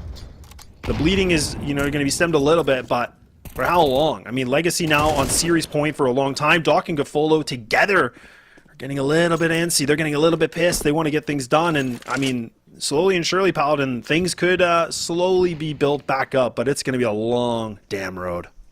Yeah, 9 rounds in a row just for overtime. There was a force buy here from Legacy, and doesn't look like it'll result in anything too positive.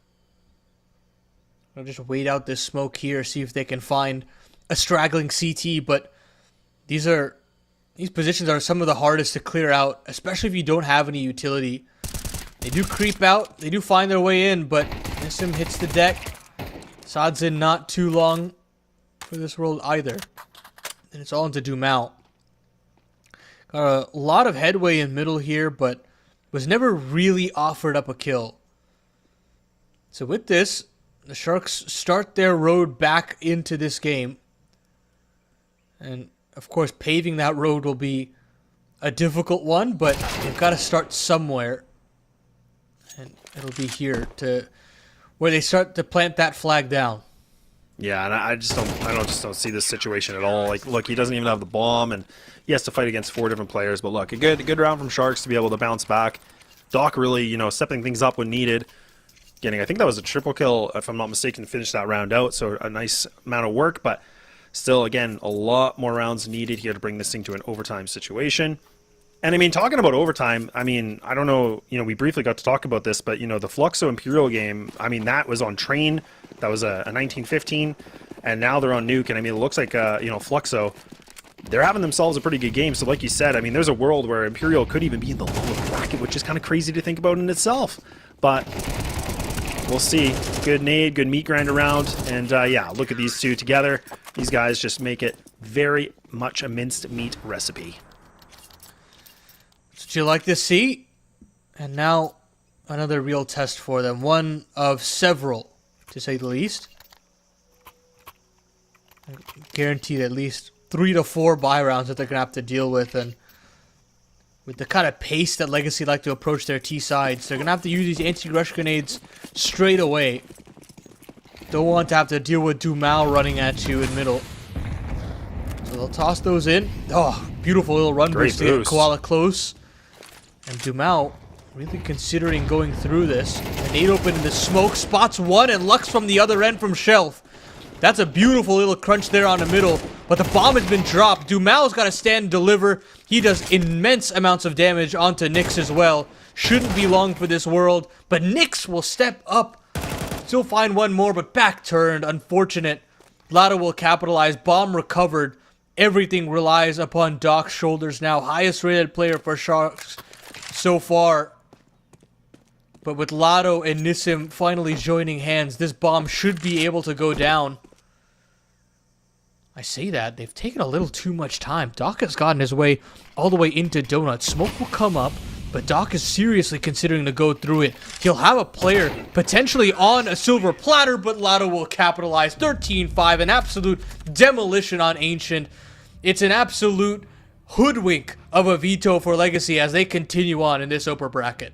Yeah, honestly, this was not the way I thought it was going to go. Like, I was thinking, just given what we knew about these teams and just kind of looking at the map pool from the vetoes, I was thinking this could have been a 3-map series. But look, you gotta give a lot of credit here for Legacy. Like, it looked like they did a ton of homework, a lot of good work, and I thought Ancient was not going to be this one-sided, but it really was. And that was kind of going back to the original comment I made to you before, is that, you know, you can argue that them playing in the open qualifier is a good thing. It could be a bad thing because there was demos against them, but it felt like maybe that was enough preparation to get things a little bit more cleaned up for them for in the closed qualifier to be here, whereas Sharks kind of had to wait things out. But it did not look like it was Sharks' day at all. I mean, they had that little bit of a glimpse what we saw in Mirage, but that was pretty much it. It felt like the gas tank was completely empty. Yeah, I'm just very impressed to see the kind of improvements that Legacy have shown. I mean, the firepower is absolutely there, and now the cohesion is coming together as well. So they will be awaiting the winner of Imperial and Fluxo. But here on the D stream, we'll be going over that lower bracket, the elimination matchup between Sharks and the loser of Imperial and Fluxo. And we'll have to send, unfortunately, one of these teams home. It's not something we want to say, but with how cutthroat this qualifier is between just 4 teams and that coveted 1 spot at Dallas, Texas, of course the competition is going to be fierce. That's just the expectation. But we're going to have to take a little bit of a break, an extended one at that. We'll be back in about a couple hours at this point before we get you that lower bracket action. But until then, stay tuned to some North American close qualifier action that will start not too shortly as well. So you don't want to miss that. You don't want to miss Imperial Fluxo. So check out all those lovely streams, and we'll see you back here at the D stream in a little bit.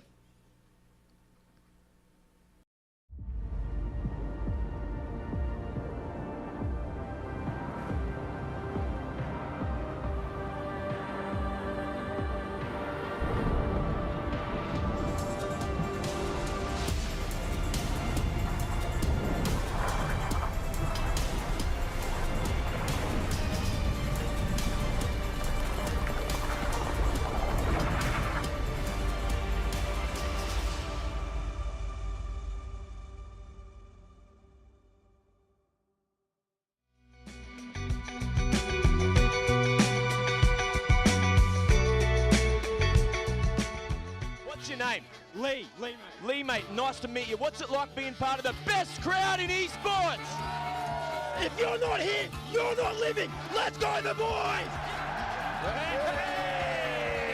All right, for now, we're going to send it away. Let's show the world why we're the best crowd! You're champions!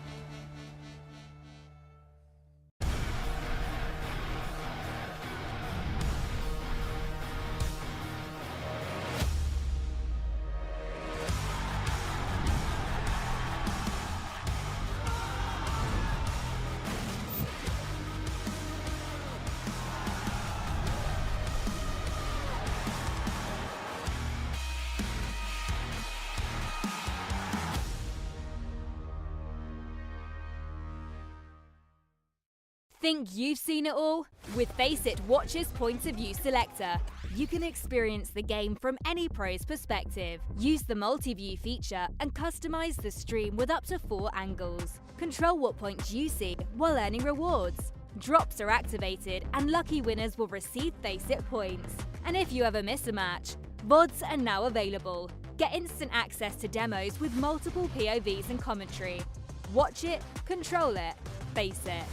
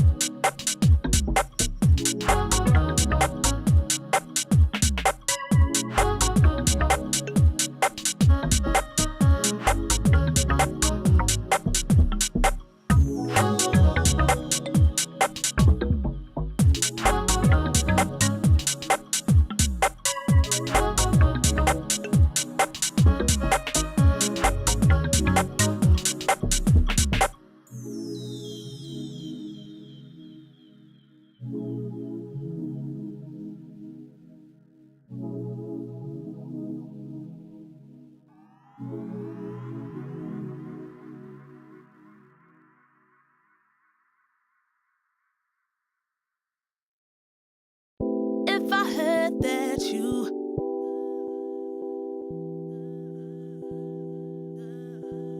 If I heard that you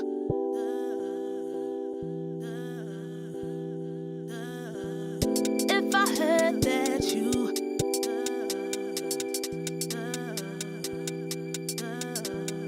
If I heard that you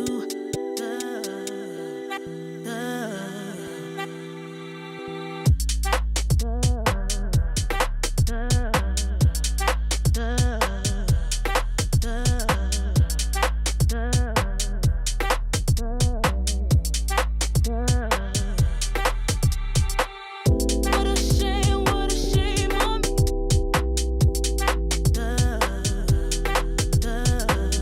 What a shame on me.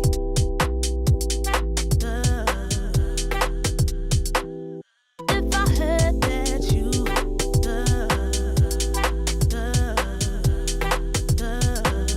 what a shame on me.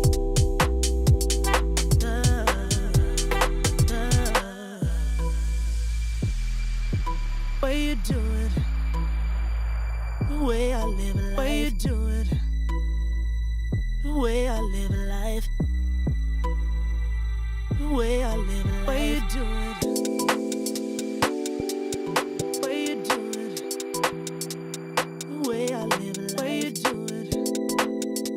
The way I live life. The way I live life. What you doing? What you doing?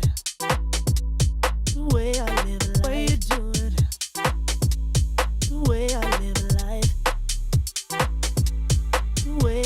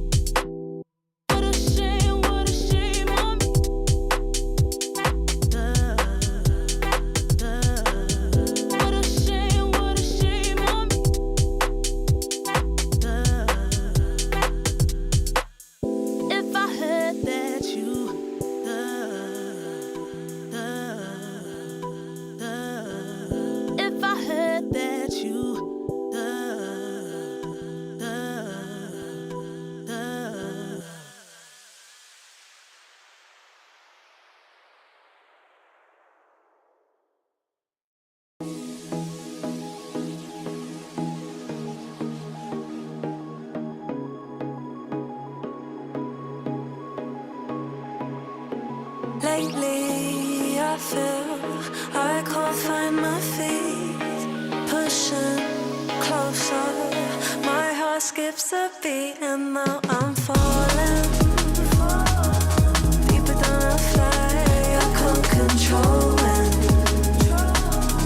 dark against the sky. It's not so black and white. It's like I told him there's things that I can't fight. I just keep going.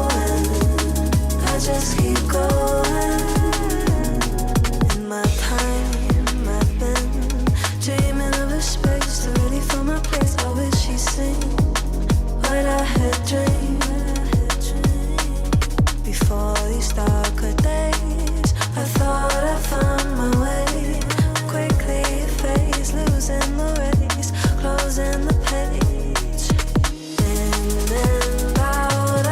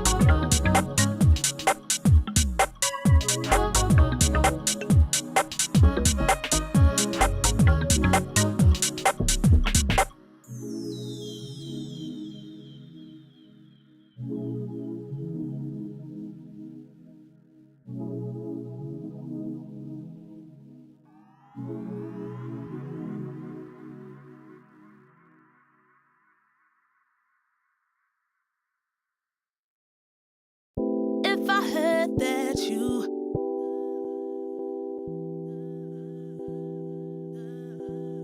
If I heard that you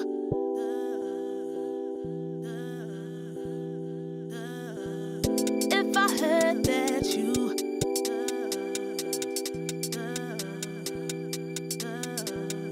If I heard that you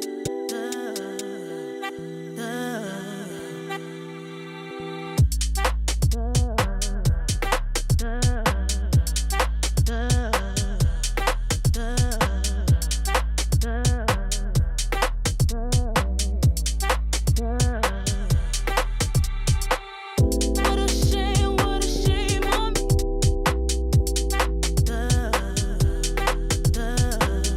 What a shame on me.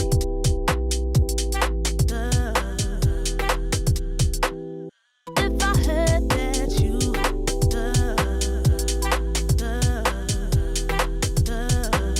What a shame on me.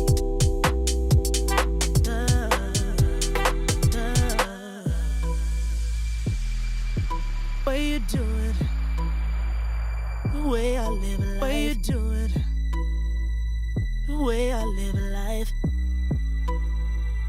The way I live a life. Way you do it, way you do it, the way I live a life. Way you do it, the way I live a life. The way I live a life. Way you do it. Way you do it, the way I live a life.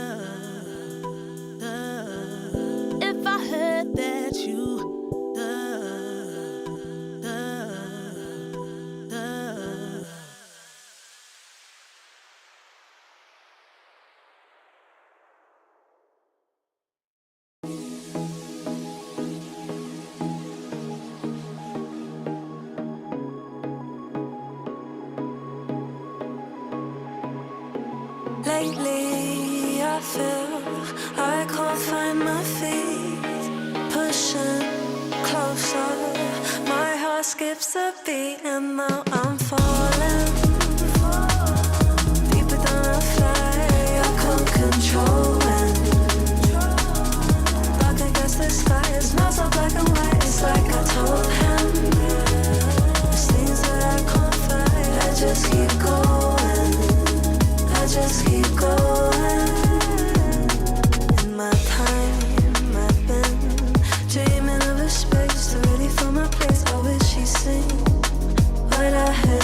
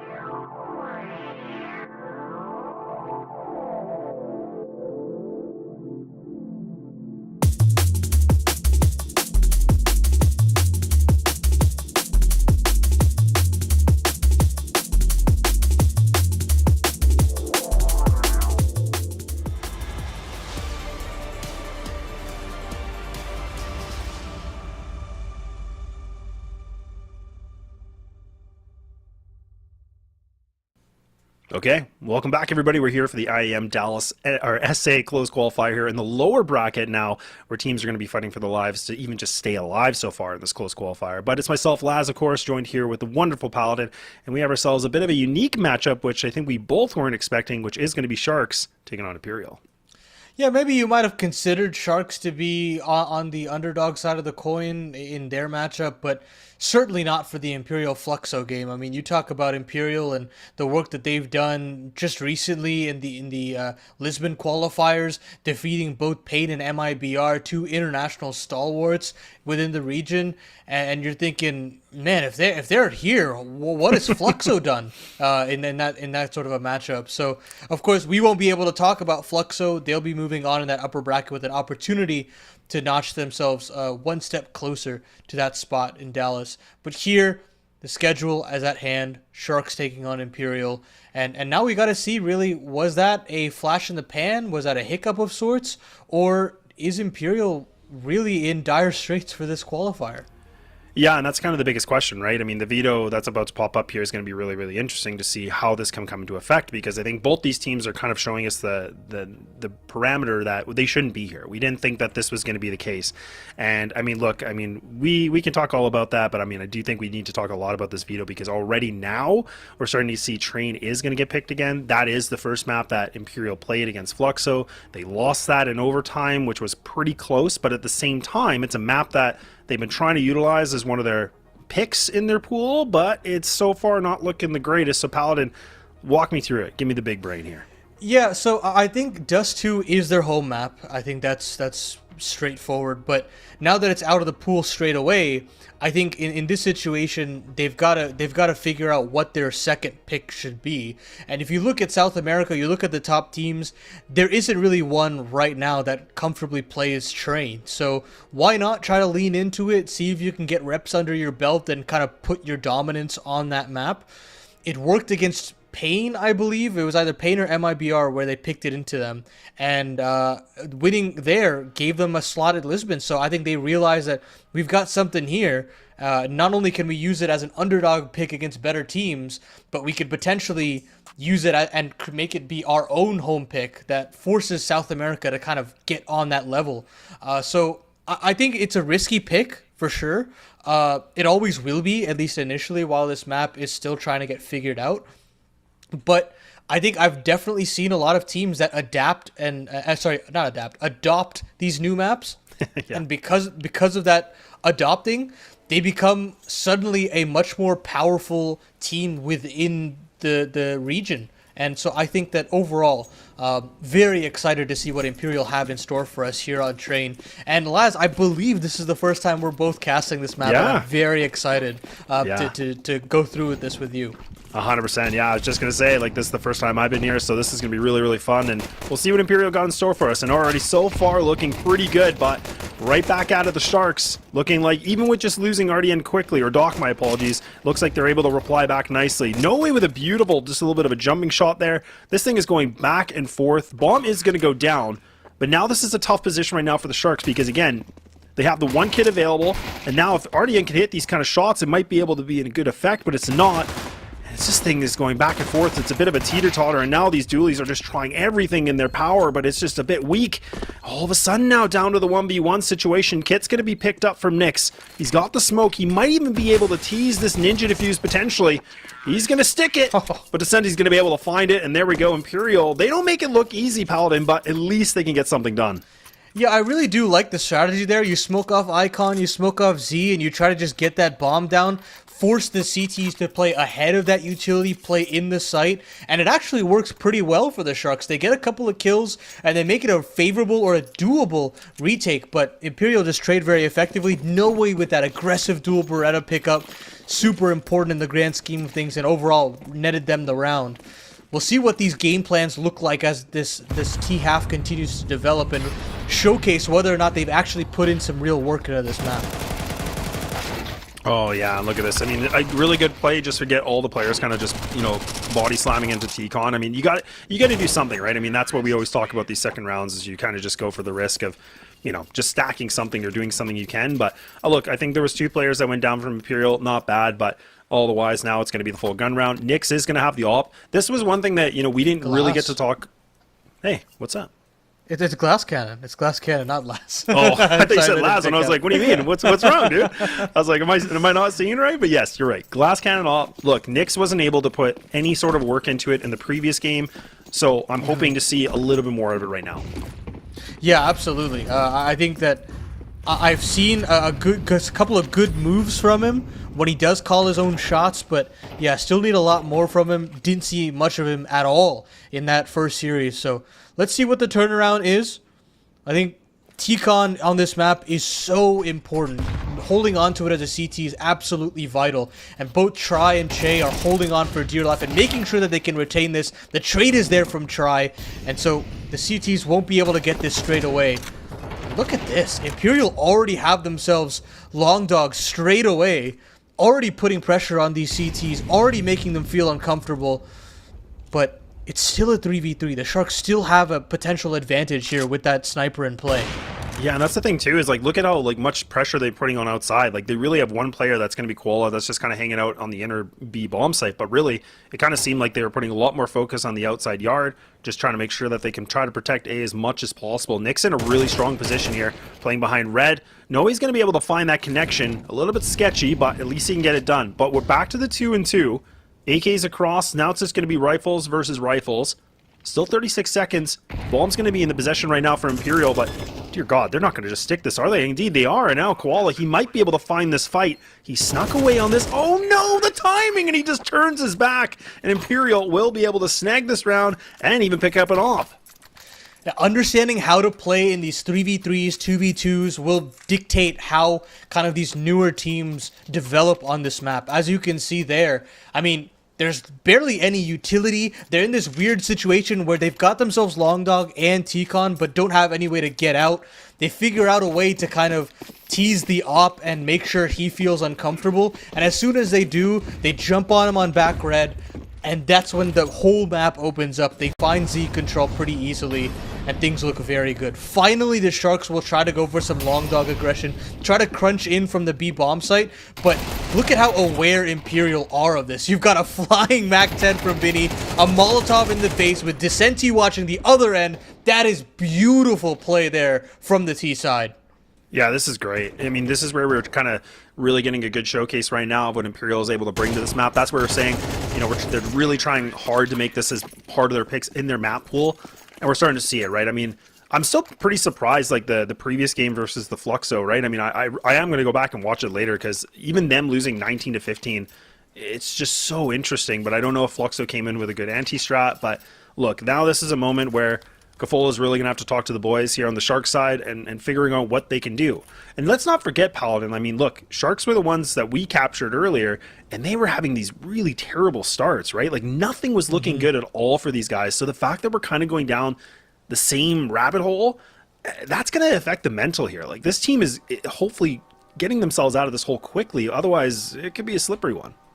Yeah, having to come to terms with that is an unfortunate one, but it's one that they've got to deal with now before this gets very ugly, as it did in both maps of the Legacy game altogether. So we'll see what they've got in mind here. Nyx again playing Glass Cannon.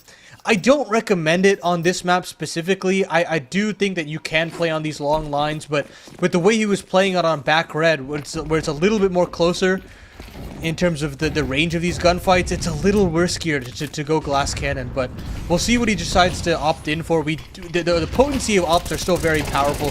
Let's watch Che actually try to entry out of T-Con.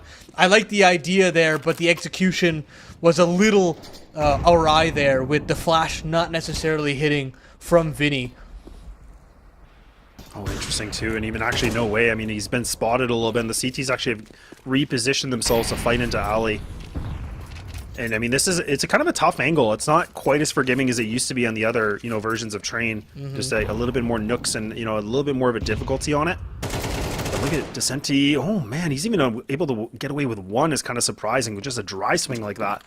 But look at Imperial. Now they're just going to give everything up. Now they're going to try to take this inner bomb site. This is going to put Koala in a big position here. He hasn't had any sort of luck. Nobody's tested him yet. Good utility to stop them though here for the time being. Yeah, no B conditioning means that Koala can hold on to all of his utility very late. Of course, it's still very early in the game, but you saw that he had a smoke, Molotov, and nade. Now that he can deploy that smoking, calling for a second rotation, Gafolo has made it here, but now here comes the B execute. Oh, and Koala already doing a great job, but it's a little bit of a labored spray now. He has to do everything he can, and he even brings the USP out. Can't seem to find any of that connection. Now Try is able to get this op into some kind of motion, but it's a 1-on-2 now by himself. And there we go. RDN finally will be able to put a full face of lead against Try, and that's going to be the first round for Sharks. So a little bit of a bounce back, and it looks like the timeout. It panned out nicely for them. Yeah, I think the work there from Koala is splendid. Even though he only gets one kill, he stalls out for pretty long. You get that second rotation to come in the back lanes. You've got the third rotation of Nyx to also get there, and eventually they have a good enough cleanup job to get rid of those T's. Try in a difficult clutch, can't get it over the line. So another purchase here and another default for Imperial. They tried to get a little frisky in that early round. Let's see what their game plan is here. Really trying to continue to nade open the smoke, but none of these players actually finding contact at the end of the day. So yeah, all it's going to be is just a lot of puffing up the chest and trying to get in, but this time it's an actual commitment. Gafolo gets all the way in. Che, they're all missing their sprays, and finally RDN connects deeper into the A site, and they'll get themselves a decent position. But look at this. Decenty has just climbed his way out of the B bomb site, takes out Koala, and now the rest of the Imperial members are trying to capitalize off of this positioning. Yeah, this is an important position because, again, he pushed all the way up, tries this blind as a bat. He can't seem to find anything. I was going to say, surely he'll get the shot, but him just getting caught with the flashbang, he was just in no man's land. So now it was looking pretty decent for Imperial. They looked like they had the inner bomb site for their liking, but the bomb's going to be dropped right in the middle of the train, and there's already a big flank coming through. No Way right now might be able to find them. He might be able to backstab them. But look at that preparation from Doc. He is just ready and willing, but he takes a big brunt of damage. And now it's all down to the IGL of Vinny. He has to be able to do something magnificent here. We're 25 seconds, no utility. He has to have a firefight with 3 different players, 2 of them wounded. With a combination of 27 HP, he's going to be able to get this bomb down to the least. But now he's got to make a move. He has to be able to do something here. He has to shut down these CTs, and Doc able to get through the backlines. I don't know how he's alive. I can't believe he even went through that engagement with no bullets. Dear God, these are not pretty rounds, but it'll do something, I guess, here, Paladin. Yeah, I think it really had to be No Way there to find the flank, but with how little noise was given off and how Vinny kind of cuts noise from his position as well, it's pretty readable at that point that basically the only way that they can lose that round is if No Way kills a player in the back lanes, and it never happens. Doc does very well, a little labored, but does well enough to find that kill and keep Vinny occupied. Good attempt from Decenty. I mean, that extremity fight is always going to be very interesting. If the B anchor goes down that early, you're going to have to make this snap decision as a T side to just follow that all the way through and try to get the bomb down. But great responses here from Sharks in adversity. I mean, they're having all of these crazy big early fights, but they're still adapting really well in the late round. It's really putting the onus on Imperial to be a little bit more put together. They can't kind of waltz their way through these rounds just by winning something in the first 30 seconds. Yeah, things look like they've actually slowed down quite a bit on this one too. And it was a good comment you made a bit earlier, right? Is that, getting that T-con control is so important, and it really is. I mean, like, as the CTs, you have to make sure you can contain it as much as possible, but you also have to make sure you can preserve the utility as much as you can just to slow down that aggression. but as a T, it gets frustrating because you're wasting so much time and waiting to see when you can get a little bit of an opportunity to make a play here. Another nade going to come through. That's going to be a deeper smoke into T-Con here from Gafolo. So Imperial in a bit of an interesting position because you can see they're all kind of on the outskirts of this, ready for the outside pop. Decent T might be able to get himself into this lower side again. He might be able to fake things out. This is all about, you know, how much they can catch the CTs on the rotate. Look at how fast they're already kind of moving here, Paladin. Like, you can already see that Koala and also RDN, they've kind of already, like, shifted their movement quite a bit.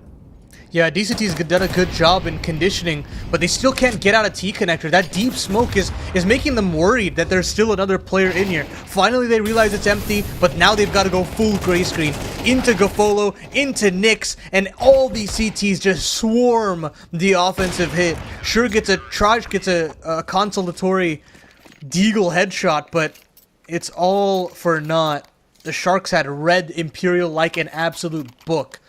And, you know, I question how they're approaching Long Dog and how they're not pushing into it. They're not actually fighting for it all too often, but they're finding responses beyond that. The B anchor is holding very strong and getting enough information that they can lean 3 or 4 onto that A site. So well done to Koala. He's 2-6 in this game, but he's doing a fairly good enough job to make the A players' lives a little bit easier. Yeah, absolutely. That's a really good point you bring up because, again, regardless of his scoreline, the fact that him staying alive and just allowing those rotates to come through, that's the most important part, right? Like, you just got to make sure you're kind of being that nuisance and just making the timing for your teammates to get there. Otherwise, if they can get control of that site, like the T's, I mean, it can be all over. But either way, like, since that timeout, this has been them clawing themselves back in this game, only 1 round away from tying things up. So this is, again, going to be a good test for the Sharks. I mean, they have the op still here for Nyx. Still kind of waiting to see a little bit more out of him if we can. But so far, I mean, Doc was one of those players in the previous game where he was able to get himself a little bit moving, but it felt like a little too late. And now Imperial getting ready for the old pop into the inner sight, and now the molly's going to get thrown. Really nice work. Utility damage galore. This should be mopped up nice and quickly, Paladin, but, you know, not a really convincing amount of a take on Imperial. I thought the nades would have been a little bit better, all things considered. It felt kind of lackluster. Yeah, and I think that they would have liked maybe 1 extra flash, maybe 1 extra smoke for Z or something like that, but they were really hamstrung in that regard. 1 smoke, 1 molly, 1 flash. Not going to do much. And again, this time around, I mean, there's a certain art to being a B anchor on this map. You know, in some situations you got to stand and deliver, like that round previous. Some rounds you got to play a little bit further back and kind of just wait for the retake. Because as far as Counter-Strike goes, B-side train is one of the more doable ones as far as retakes go. So, interesting to think about. Cute little wallbang there from Vinny, but nothing connects just yet. And still a very passive spread from Imperial, not vying for that T-Con presence anymore. Keen on trying to clear it out in the late round.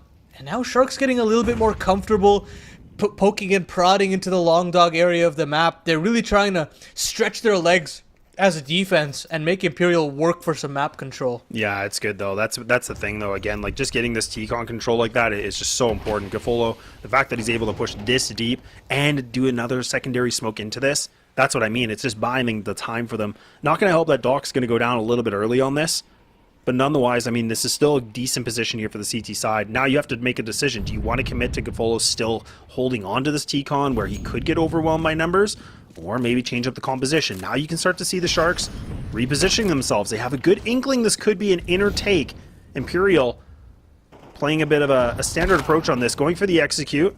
That's going to be Nyx able to find a good connection to start things off. So now it's a little bit of back and forth, but that bomb's actually going to rotate. It's going to go through pop, but look at how fast Nyx is able to read this. So now it's a 3-on-2. Still the advantage right now for the Sharks. Only 28 seconds remaining for this. Che, the newest addition's only able to find this 1 kill, hoping to find more, but Vinny, a bit of a tough position to be in. No time to work with, and honestly, unless he can find these kills quickly, this round's over and done with. I mean, he's going to try to walk around into Old Bomb, but it's too late. I mean, you just got to save at this point. It is an unwinnable scenario, and I got to give a lot of credit to the Sharks there. They understand the potency of a position like T-Con. You have a player in Gafolo that's been constantly smoking out that position. You can lean 3 players to that B bomb site. They can send a full-on execute to that side of the map, and you can still see over those smokes and still have some potency to take out the ensuing T hit, and they never can actually go back to the A bomb site because they've still never cleared out T-Con. And so you come all throughout one part of the map in that pop dog side, and it's just a free line for the Opera to take or even a Rifler to take, that they will win that fight 100% of the time. You can't mid-round that way. So Imperial, yes, the opening game plan was really cool. They had some really beautiful connections between some of these players, but now the Sharks have adapted. They figured out what's worked for them in terms of getting information, and they're having the right reads when these hits are coming in. Yeah, really, it does really feel like Sharks have done a lot more preparation on this, or they seem like they're kind of getting a better second wind on this, because, I think you and I both agreed that it just felt like a lack of preparation or a really off game on the previous series, right, to start the day off. But this is already looking like a way better Sharks. Like, everybody's contributing. All the shots are being made when they need to. This is a different kind of team we wanted to see. Gafolo, I don't know how the hell he doesn't get clear. Nobody checks this? Oh, man, he's gifted these kills. I thought he was a dead man. And this thing is just getting gross. They're just doing the tango, and he gets himself a quad. Honestly, I can't believe it. I mean, in that kind of position, I feel like it's kind of that one-on-one trade, but somehow, some way, he makes it work with a 4. You and I have watched this game for a long time, and we've seen Olaf be the consistently most checked position when this map was out, but it looks like some of the youngins still have to learn about the potency of that position. It's an easy one to overlook, but yeah, you can still see the power that it has when it goes unchecked. And now that you've got that added little bit of cover as well, it's an even stronger position if you can get there safely. This time around, the B player, I think of Koala, just completely burns in that Brown Halls. Oh my goodness. Nix's shot though. Don't mind that. RDN, the double combo in Ivy. It's a position that Imperial haven't been testing, but looks absolutely brilliant from the Sharks. That kind of leaves Imperial in an awkward scenario. They've just got to commit to this B bomb site, considering they killed the B anchor. So they'll get a bomb plant. You'd like to think, but the nade still available for the Sharks will really make Imperial uncomfortable in this post plant. Yeah, it definitely will. And this is the thing where, like, old versions of Train is, as a T, it was good to be aggressive on this and making sure that post plant's a little bit more successful. But look at them just posting back like this. It allows so much room for the CTs. And now look at RDN's got a good inkling on this. His spidey senses tingle, and there we go. It takes down Vinny. He was trying to be a little bit of a smoke criminal.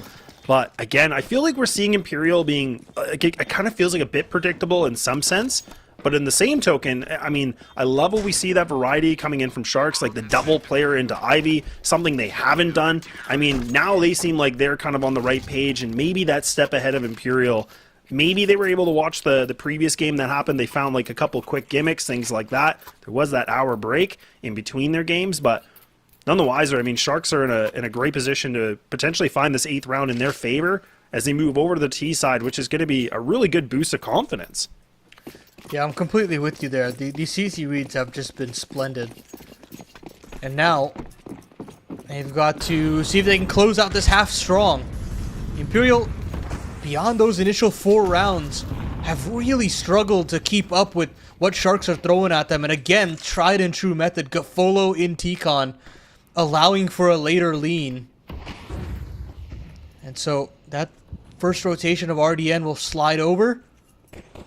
And Gafolo can really just stay here for the entire round. Nobody's going to fight him. He could stay here for the entire round, and they'll eventually be able to lean another player the other way. Of course, they don't have any info Ivy, so Nyx will still have to stick around. Incendiary available here for Koala. Peering in, waiting for the initial utility to come through. And now they'll have to go into this Incendiary. They'll have to sit in it for a little while. They'll still find the opening incision and go straight at RDN, and the trades are good. Yeah, these trades are definitely in a good position right now. Imperial finally in a better advantage. Now we start to see a little bit more frags getting picked up. There we go. Gafolo now, the last remaining player here for the big flank. He's got a lot of work cut out for him here. He's got that Molotov. He's still got a kit in his hand, but surely this is not the best position to be in. You can already see Chase kind of just waiting on the back skirts of Z. And there we go. Imperial won't be able to find the half, but at least they can find that last round. So 7-5 is going to be the score. We'll take that short break. We'll get ready for the second.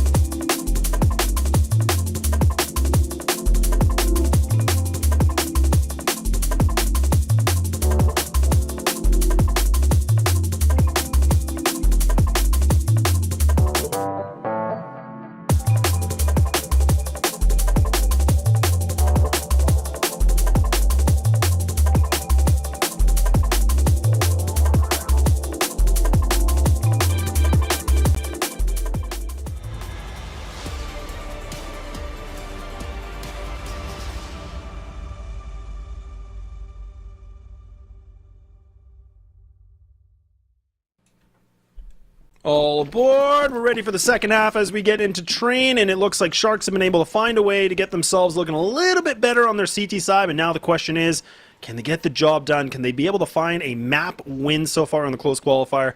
Laz and Paladin to bring you through this action here in the lower bracket semifinals. I feel like they understood a little bit of how to play the CT side, but here's where the true test comes for the Sharks. What do they have in store on this offense? Double smoke, one molly, and a flash here for the T side. Maybe a little bit of an A execution is on the cards. Just waiting to see if they can punish a little bit of aggression. Anything from Ivy, anything from Brownhalls, but it's coming. They just don't know about it just yet. Oh, I was thinking try. I mean, I like the idea of this because we didn't see that a lot, right? We didn't see a lot of CTs like kind of pushing through pop like this and not really like getting that extra info. Now we start to get to see it a little bit. Now the execute from Sharks. Going to throw some good old Naderinos, and Nyx is actually going to be able to find that P2 connection. Okay. Not too shabby at all. Tries doing everything he can, being a bit of a nuisance here onto Pop. And he might be able to find this. Oh, no, we can't be able to get the kill. I was thinking maybe he can deny it. But looking like Sharks, I think they can be able to find themselves a pretty convincing T-side pistol, which, honestly, I was getting a little bit worried just based on them kind of just posted up ready for the execute. Very similar execution to that of Imperial's pistol, but instead they actually toss a Molotov to the backside of the bomb site. The only real way that a CT could become annoying in that situation is by denying the plant, as you saw, or nestling themselves into that spot where Heaven was, basically, into the late round and surprising the T side. But that Molotov basically denies them that spot, and after the bomb goes down, you can see how easily things looked there. So, good work from the Sharks. I actually really like the game plan they had there. Now it's trying to push that pistol success into something more. Oh, you just got to feel bad for the save too, like just the armor and the dualies, and yeah, the swing at the end. Just you hate to see it, but okay. Well, I mean, Imperial now trying to bounce back as much as they can, doing a 4-1 setup on this. I mean, again, very standard from what we've seen on the other iterations of Train. Still going to be the same effect here. I feel like outside's even harder. Like, I mean, again, you've lost some of the trains that were on the previous versions, so there's so much more ground the T's can work from. So it'll be interesting to see what Imperial's CT setup is going to look like. They actually backpedal the 2. This is interesting, so they might even try to do an inner crunch right now. Yeah, they can, but they just don't have any pop presence is the real issue. You need that second prong to really make the T's feel uncomfortable, but right now, no real pressure on that end. Noe, meanwhile, hits the scout tag onto a lurking Ivy player, and yeah, there it is. There's just really no pressure from the other end, so it's easy pickings for the Galil. This is something that needs practice, it needs reps, and right now Imperial not showing that sort of prowess. So with that, 3 players stay alive. Okay, I was thinking they already had a bomb site, but there's still a little bit going here. And I mean, in those kinds of situations when you get 2 kills, you've got to play off of that. You can't overcomplicate things. That's when things can go wrong. 35 seconds left on the clock. They still might pick the right bomb site on the outer portion, but man, is it just a weird late round situation where I do think that they're just wasting time. They're just wasting so much time, exactly. And now, actually, they're going to go for the wrong one. I was thinking the same thing as you. They were going to go outside. Okay, finally, they're going to realize this is the better decision. RDN is kind of, just running around, just getting all the information. So they finally make the right choice at the last seconds remaining of this. So, I mean, man, you could have made that any worse for yourself. But look, it pans out nicely, but man, that could have been messy. That could have been so terrible. And look, I mean, I think you and I have always alluded to this all the time about teams that kind of run the clock that low. Even that situation was more scary just because they had no information to work with. So it was a gamble what they did. Yeah, definitely. I mean, there was like a minute there where I felt like they had plenty of time to send a feeler out through Pop, and they just chose not to. I'm surprised that it took them that long. And RDN's not a fearful player. He will go out and make a play for you and search for things. So, pretty odd scenario. The save is still happening. Still trying to make it work. Try drops his scout, unfortunately, but The AK is still kept alive. Let's see what No Way wants to do with it. Not necessarily too many avenues in this map if you don't have bodies to go super aggressive.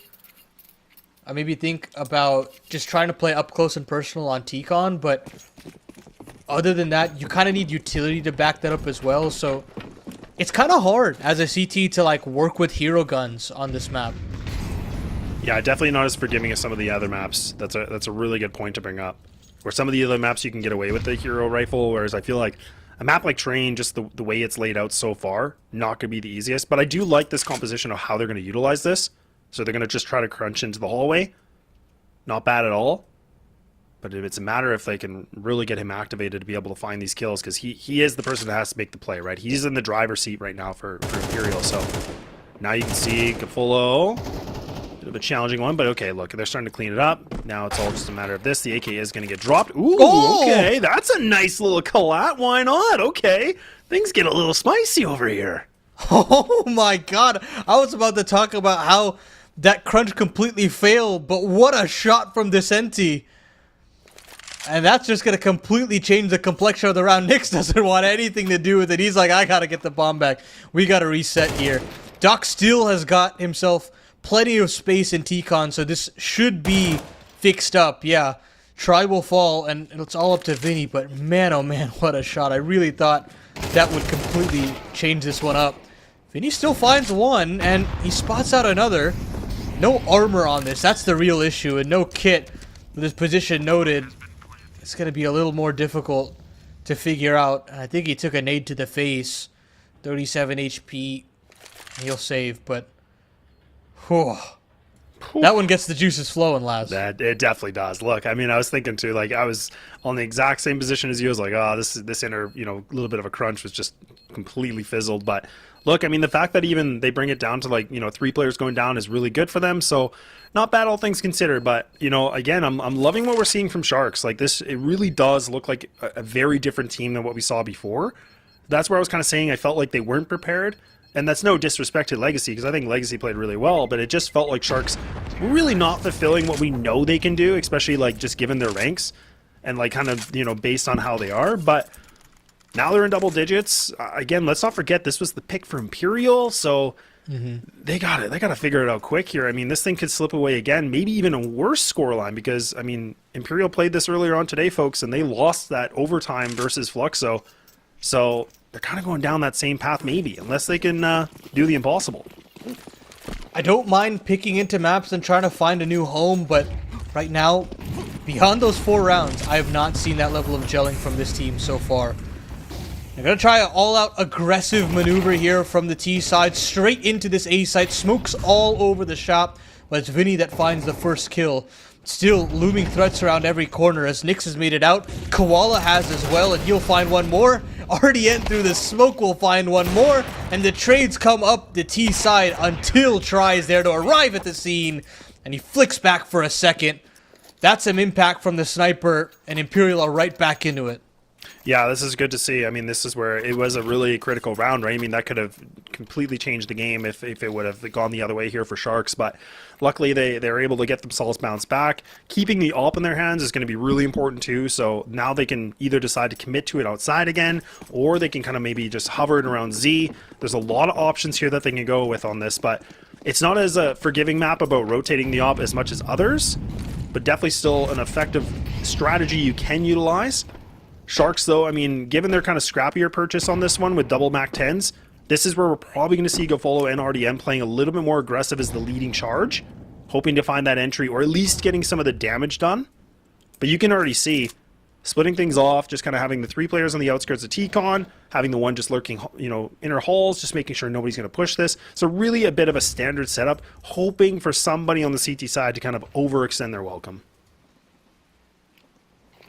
Right now, the Sharks have just halted completely. No T-Con presence here from Imperial. Decenty hovering around the Olaf box, but doesn't see anything. You kind of see this crunch setup onto a T-Con player, kind of a honeypot setup in a way. That once they come out, you can have a player from Red Swing, you can have a player from Olaf Swing, but that Molotov might just ruin everything. Gafolo the molly into bullet combo. It signifies the go signal into this A site, but that's when Vinny and that's when Try activate. Still, this T side is still finding ways back in. Koala now in a doable 1v2. He's gotten to the bomb site, but he's lost the bomb. So he can't put pressure on this CT side just yet. He's back turned to two defensive players. Finally, they show face. They know where he is. He knows where they are. And no way will come out the better. He also had Che behind him, mind you. So that round was going to be Imperial every day of the week. But the Sharks, they're trying really hard to get onto that A site. And they just haven't found the necessary kill to open it up. And that's where you need a bit of a good system, right? Like when you get out of T-Con like that, you have to be able to have some of the players like looking towards E-Box. You also have to make sure that, you know, on the back of Red Train, you have to be spotting things out. There's so many angles that you have to clear. And that's one of the difficult things when you're playing on the T side and you're trying to go for that A site, is that you have just so many different angles you have to be able to find, you know, for a clearance. But I mean, none the wiser. I mean, again, Imperial doing a good job of slowly bringing this back. I mean, this was a 10-5 situation, now only down by 3. So I think, you know, for Imperial, like they're slowly being able to get, you know, a little bit more of a secondary pulse on this.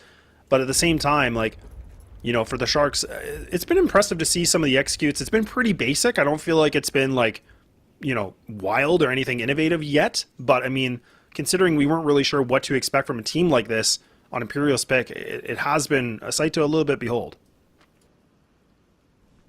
Definitely.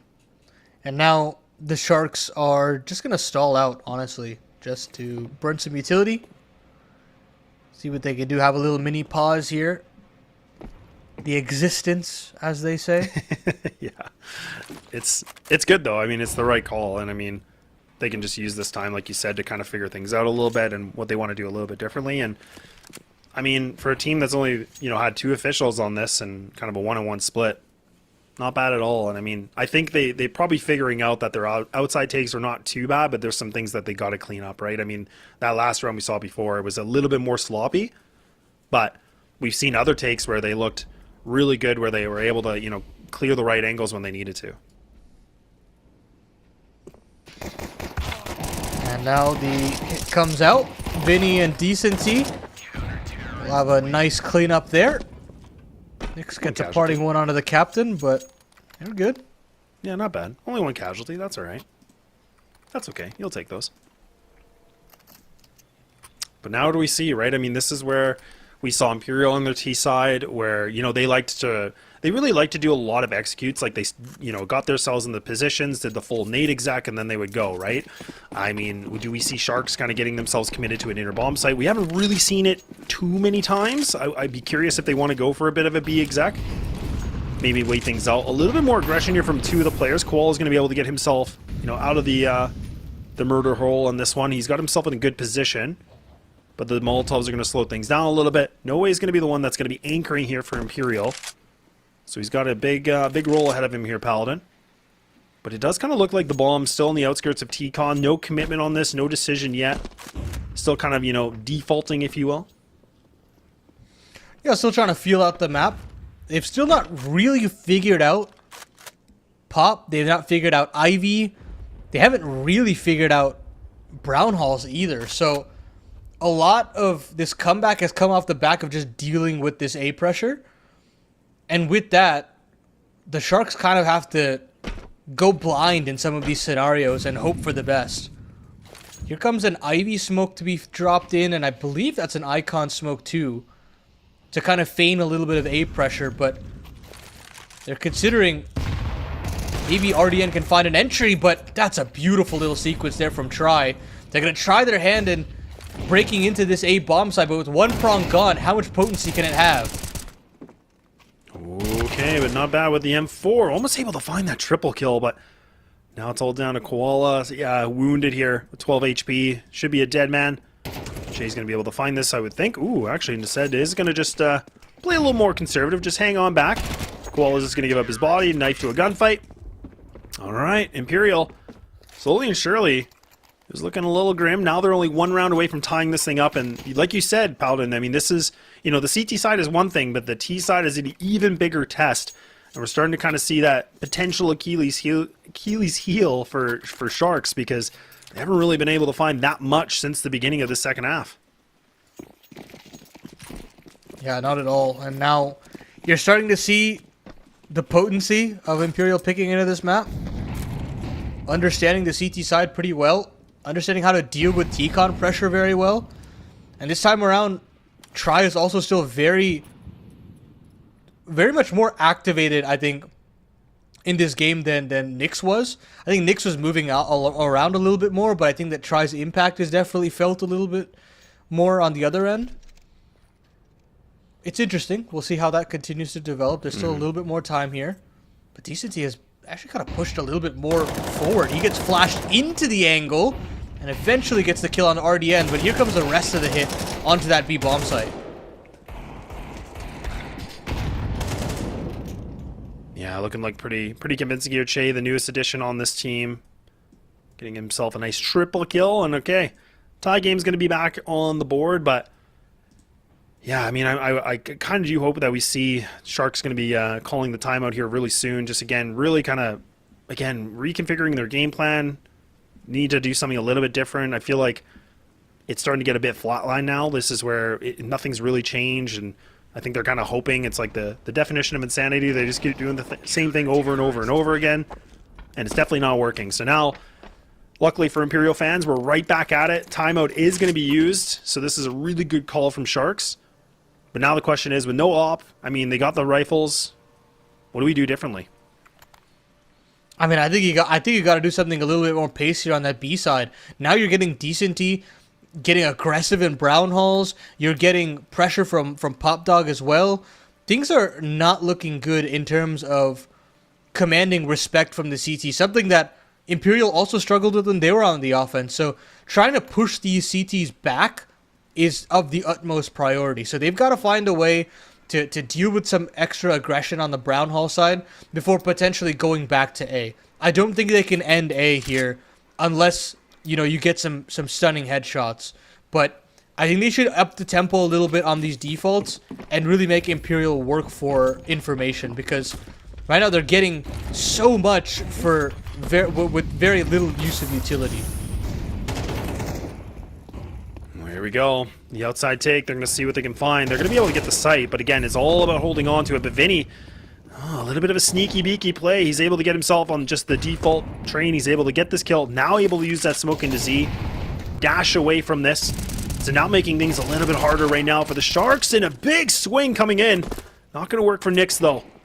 So now the advantage once again here for Imperial. No way. Might be able to find this wallbang. Oh god, he's so close. I was thinking we might be able to find this. Vinny's a dead man, but look at how wounded these two players are. Even Doc now down to 19 HP. He's going to be able to get this gifted one, but he's still got 2 full HP players he has to go against. The smoke's just going to land right in front of him. This is not good. The nade should be able to get it done. Instead, it'll be the bullets. And now Imperial, they're going to get themselves in a lead position for the first time. That's just a poor call from Sharks, man. I don't necessarily like it. They've tried this outer hit twice now, and it's just not worked. Yes, you're getting space. Yes, you're pushing back these CTs, but there's a clear response to dealing with that pressure. You're still seeing impact from Tri, Deep Ivy. You're still seeing pressure being put on from the Z players and Vinny, and they're starting that post plant at a 5v3 situation. It's the Sharks playing from behind. You still got to figure out the other half of the map. It's a necessity. It's not a oh, maybe we might do it, oh, we could do it. It's you have to do it at this point if you want to make that inner or that outer hit kind of work as well as it could.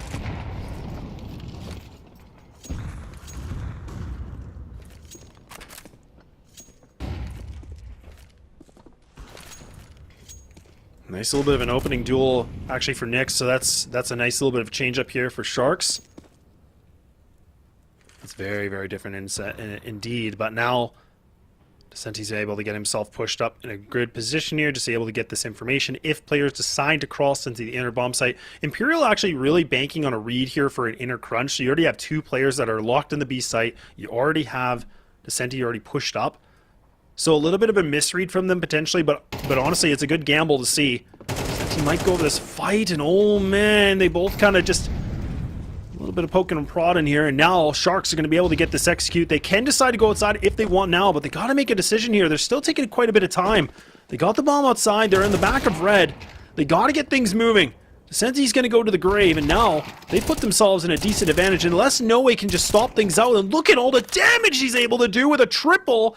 Might be able to find some more. Single-handedly just stopping this round. Just putting up a barricade, not allowing these Sharks to keep on swimming. And all of a sudden, when it was looking decent, Koala now in a big ask for a 2-on-1. And now Vinny, the IGL, needing to do something big, but Koala somehow, someway, brings it right back to a tie. I'm sorry, they don't deserve to win that round. I can't believe it. They actually call another A play after all of that Brownhouse pressure. I think that if anything in that round goes even just a smidge differently, that is Imperial's round to win. But Koala takes the individual step forward and says, I will break this spell of rounds.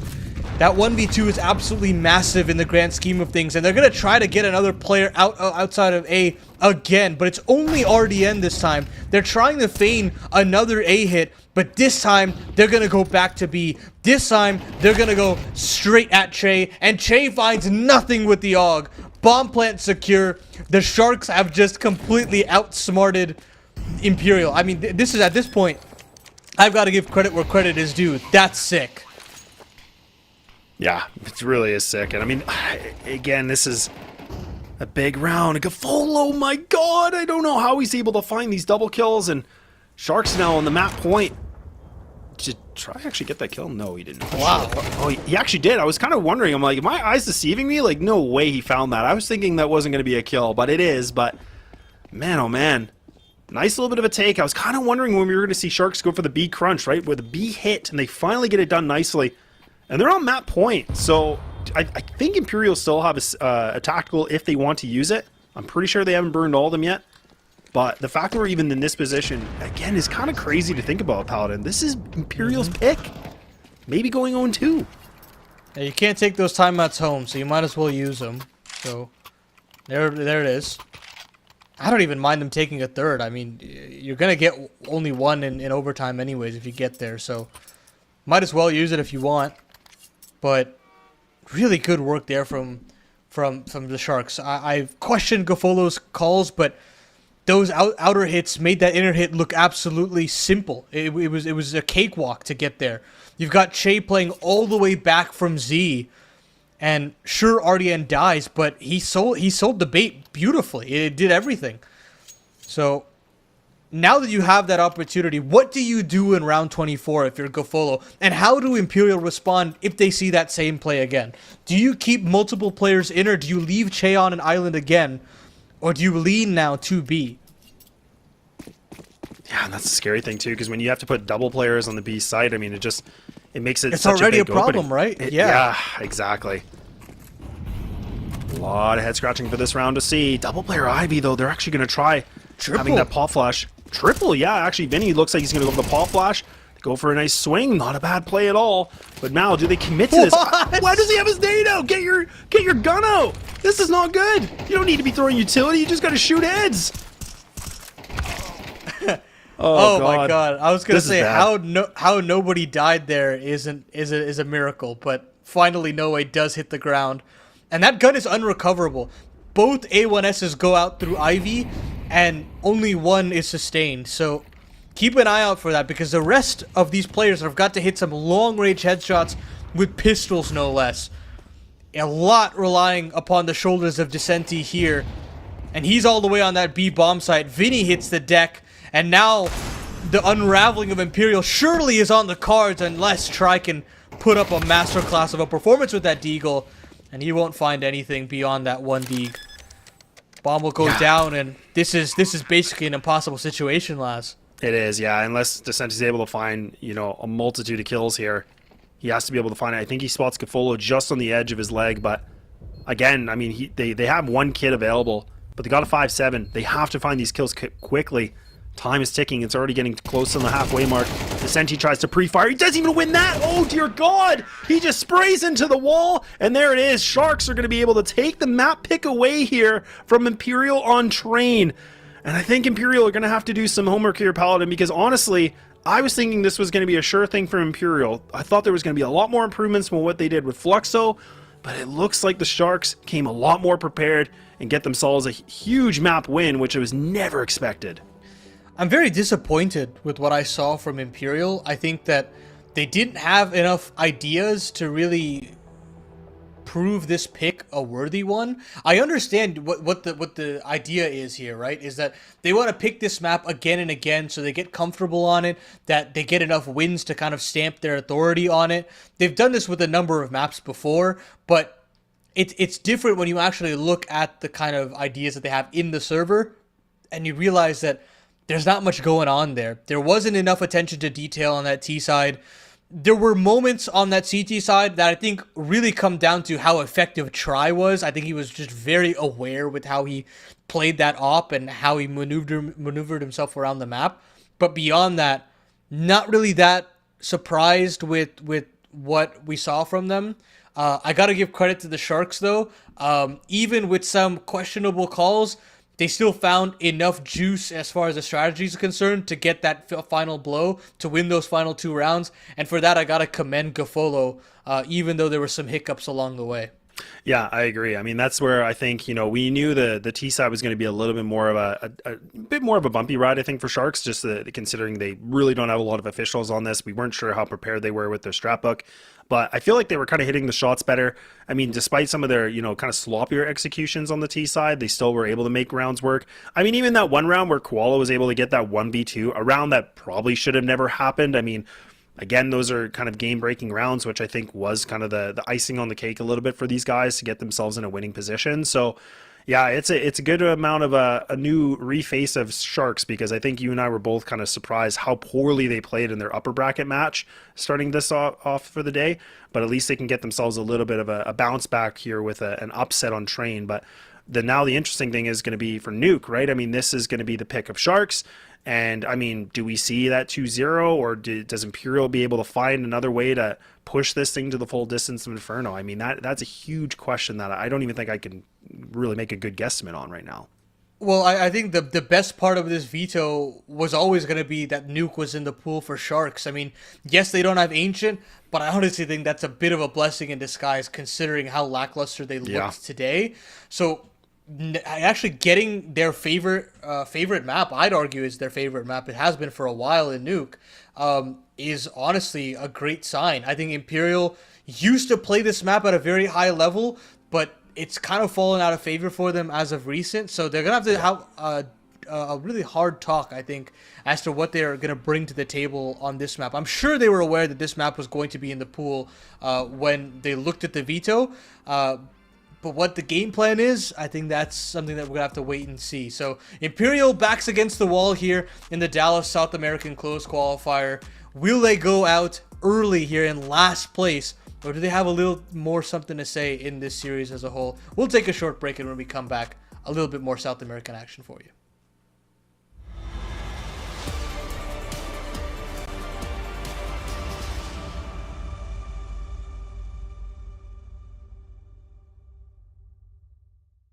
What's your name? Lee. Lee, mate, nice to meet you. What's it like being part of the best crowd in esports? If you're not here, you're not living. Let's go, the boys! Hey! All right, for now, we're going to send it away. Let's show the world why we're the best crowd! You're champions!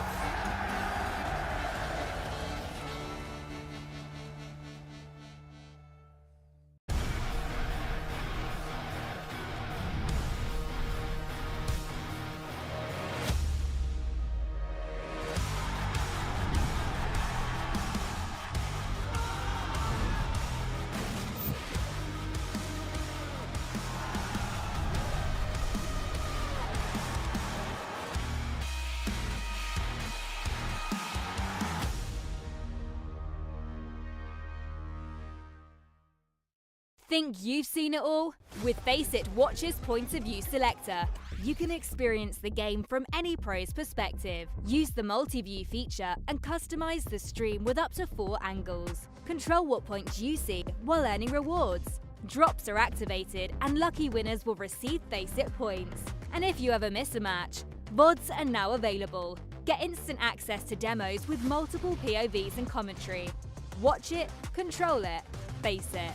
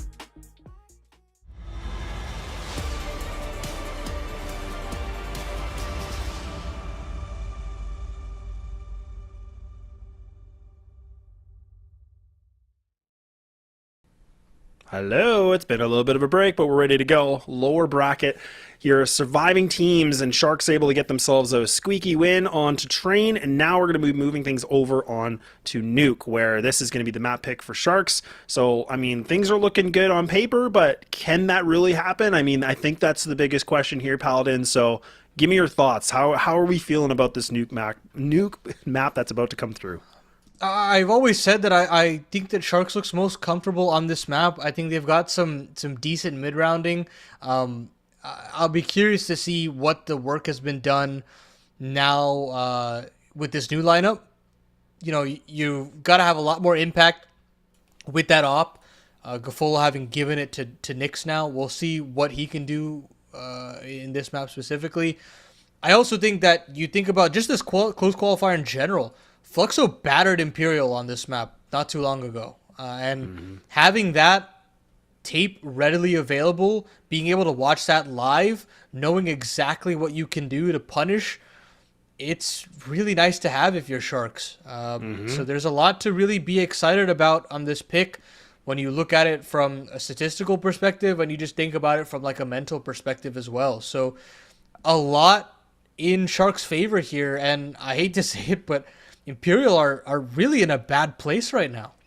Yeah, I think kind of an unexpected one too, right? Because, I mean, on paper, like we said, I mean, this is like just for quick context for people that may not know. I mean, Imperial are like a 4-3 record on a map like this, where, you know, on the other side of the coin, it's an 8-1 right now for Sharks. So it really does look good. And the only loss that Sharks took was against MIBR, which was a 13-11 game, which, I mean, if you're losing a MIBR with a close game, I don't think that's a bad thing. I think that's actually, you know, it's obviously a close game where it came down to some technicalities, things like that. It wasn't blowout.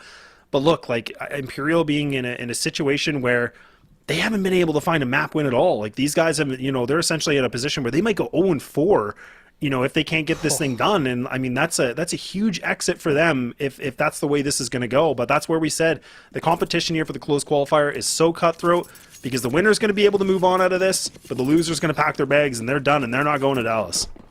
A team that battered both MIBR and Payne to qualify for Lisbon might go out in last place. It really talks to you about the strength of the South American scene right now and how much depth there is. But there's still one more map for Sharks to do before this elimination is complete. And they've got to go into this double setup. Noe and Che just tearing through heads. And, oh my goodness, Noe's found a way to live for just a little bit longer. And he's got his trusty opera right behind him. The Argentinian sniper finds one more, leaves it all onto RDN. And RDN hits a couple of beautiful little gooshes, converts a kill as well. This round is still potentially on, but Decenty is there with the dual blasts to close. And Imperial start off on the right foot here on Nuke. Yeah, and honestly, like, you know, it's funny, like, No Way playing that position, like, that's the thing. It's a really powerful angle when you're able to play the ramp box like that, but you have to make sure that you can drop. Like, when you hit that little, like, railing and you get stuck, like, you should be dead. Like, 9 times out of 10, you should never be able to live, but the fact that he was able to escape with his life for a little bit longer, I mean, that's just lucky charms right there, man. I mean, that's really a situation that you never get really in your benefit, but nonetheless, I mean, Imperial do get themselves in a good hold. They're able to get at least the first opener, but look, I mean, they're going to need a lot more than that, because Sharks have already, so far, what they've shown us here, Paladin, like, they start off really slow. Like, we see them in, like, 0-4s, 0-5s, and then they finally start getting things moving. Yeah, I do think they, like, start reading the game a little bit better. I think they understand, okay, this is the position where this team is targeting repeatedly. Let's try a way to kind of go around that, or fight it head on. And it takes a good IGL to figure out that solution. And yes, it takes a little bit of time for Gafola to do it, but at least he's doing it. I mean, there's some teams that just kind of roll over, right? So we'll see whether those kind of big leads or big losses come back to haunt them. Obviously, against Legacy, it did, and they just rolled over. But I think they turned a new leaf against Imperial so far, where they have found ways to develop. Yeah, I mean, this is a good test, because Try's in the red box. I was wondering if he was going to be able to find that timing, and indeed he does. Finds that double kill. A huge impact. He takes down RDN and Doc, and I mean, those are some of the stronger, you know, statistical players here from Sharks, so that's a really good amount of impact that he's able to find. Leading the kill feed right now with a 5-1 record, and you're just waiting for the XM to get utilized here. That's going to be from No Way, so he's already got Hut a little bit on lockdown. Sharks now positioning in the cells towards this B site. They should be able to have it unless Jay's going to be able to find that. I think he's the only closest player here with the FAMAS. He might be able to stop them, but that utility, it's dwindled. They only have one piece remaining here out of the whole Imperial squad. So Koala getting that kill upper suggested that maybe they can rotate back up to A, but now that he falls, information runs dry. They've got to go into Vinny's A1S, and now they're just stuck between two mines. They're kind of screwed here. I think they've just got to save or go all the way back to lobby. Either way, there's not going to be a pretty end to this round for the Sharks because they've kind of overcomplicated it. And this is something that we kind of saw in the beginnings of Train as well, where they've got an idea and they kind of run it, they kind of overcook it a little bit. And that's exactly what happens here too. Yeah, and that's kind of, you know, back to that point about, like, Sharks. It feels like they never can get a good start. They're always playing this huge catch-up game, and we're going down the same road, right? I mean, this is where Imperial now got themselves 3 rounds. Should be able to find another one pretty easily here, unless something, you know, drastic really happens. But, I mean, that's the thing for Sharks. It's, you know, when you have a team that's such a slow starter like that, and the motor needs to take so much time to get moving, it's just, that's never fun to deal with, because, again, like, you're just putting yourself in a massive disadvantage. But, look, Try's going to be able to play this red box again. See what he can do. Trying to be a little bit of a body blocker. That's not too bad. He spots this one player out. Going to be finding that first initial duel. So, not bad of an effect. Sharks just going for the old faithful of outside crunching. Hopefully get this bomb down if they can. Just do whatever they can with the limited amount of purchasing they got. But this is not a bad idea. I mean, Descendi might be able to find this one player. He does, but the other 2 have made it across already. So, a tough situation. All 5 players remaining for Imperial. And there we go. A flawless run down. Not too shabby at all. Yeah, another good start. Another 4-0 start here for Imperial. But now that the guns come back once more for Young Sharks, let's see what they've got in store for us. How have they adapted? Nyx is that different variation now with the sniper. They'll call their first tack timeout a little bit earlier, I'd say, than previous maps. But what does Koshi have to say to these guys at this point? Outside control has been tough. They've been getting it. They've been able to get down secret, yes. But how are they playing in these mid-round situations? How could they get that second rotation downstairs if they want to end A? Yeah, and it's so important to get that outside control, right? If you're able to get, you know, a player across into secret, that, like, that's so powerful for the T side, right? Even if it's just one player, it just allows a little bit more options that they can, you know, either try to reverse crunch into inside, or they can try to, you know, utilize something for a bit of a ramp and lower crunch too. So they're going to go for the double timeout. We saw earlier on the previous series, they did all 3 in one shot. So I'd be surprised if they do it here. I don't know if it's necessary, but I mean, look, I mean, this is not a bad thing. I definitely think this can be a good conversations. I am actually curious about Nyx having the op-out. I don't know about you, Paladin. I've never really been a huge fan of it, like an op on the T side. I think it can be effective, but I just feel like that advantage is a little bit heavier for the CT side, which makes it a little bit problematic unless you're putting it outside. Yeah, I think the T side AWP is a very interesting one, right? I mean, it requires a bit of setup to get them settled outside. Going for weird, like, hell fights and, like, heaven fights, I think are undesirable, and you really need to be a talented player to make it work. But there is still a lot of power for it in post-plant situations. I think that's just where it shines. But you've got to get there, and you've got to get there alive. So we'll see what it does, because especially now that Doc gets that opener, outside opens up quite a bit.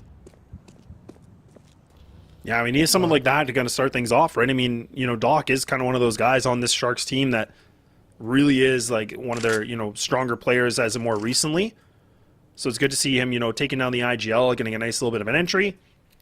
Now they can just kind of, you know, again, this is the nice thing when you have the 5-on-4 in your advantage. They can kind of just take a little bit of a breath, hang out a little bit, make a couple more decisions. This is more pressure for Imperial now. Being on the CT side, when you're down the numbers, you have to kind of figure out what, like, kind of a setup you want to go for. Looks like they're going to actually do the buddy system with 2 and 2 right now towards Heaven and Hell. No smokes to be outside for the cross yet. They're just going to throw the basic ones. They're going to commit all 3 players. Yes, indeed, they will. Not bad at all. So this might just be an intertake with a little bit of a lurk. They have no info that was right-clicked, so it's going to have to just be raw duels from Vicente. That's very good to find 2 kills there. That's huge. That puts a lot of pressure on this post plant, but still with a man advantage. No real route into this lower bomb site. I think Imperial will have to give away their second round, or their first round rather. Mind you, I don't know if they know Nuke got down here. He completely slipped the gap. While Nix was trying to give away that bomb, he goes down. And so now this 2v2 is definitely on. Yeah, there's no smoke or anything, but at least they have some time to work with here. Like, the players are close onto the site. They got the flashes that they can use. Oh, and he actually looks like he might try to stick it. He does get off with no kit, though. So now, I mean, time is ticking. This is where they have to make the move quickly. They have to be able to find these kills. And yeah, now Try might just try to get himself out of here. He's actually going to commit to this. He's still trying to contest for it. Good little bit of work here from Koala, just hanging tight, not over-peaking on this, realizing that all he has to do is just play the Survivor game, and indeed he will. So, Sharks are going to be able to get their round done, but you know what, Imperial, honestly, kind of given the position they were in, going for that effort was not, I think, the bad call. I think they just had to make a play a little bit faster, considering nobody had a kit at all. Kind of insane that nobody had a kit there after being up 4-0, but Yeah, we'll breeze weird. past that. We'll breeze past that. It's your words, not mine, yeah. And now, you've still got another purchase available, considering A1S can be dropped, Try as leftover cash for an AWP.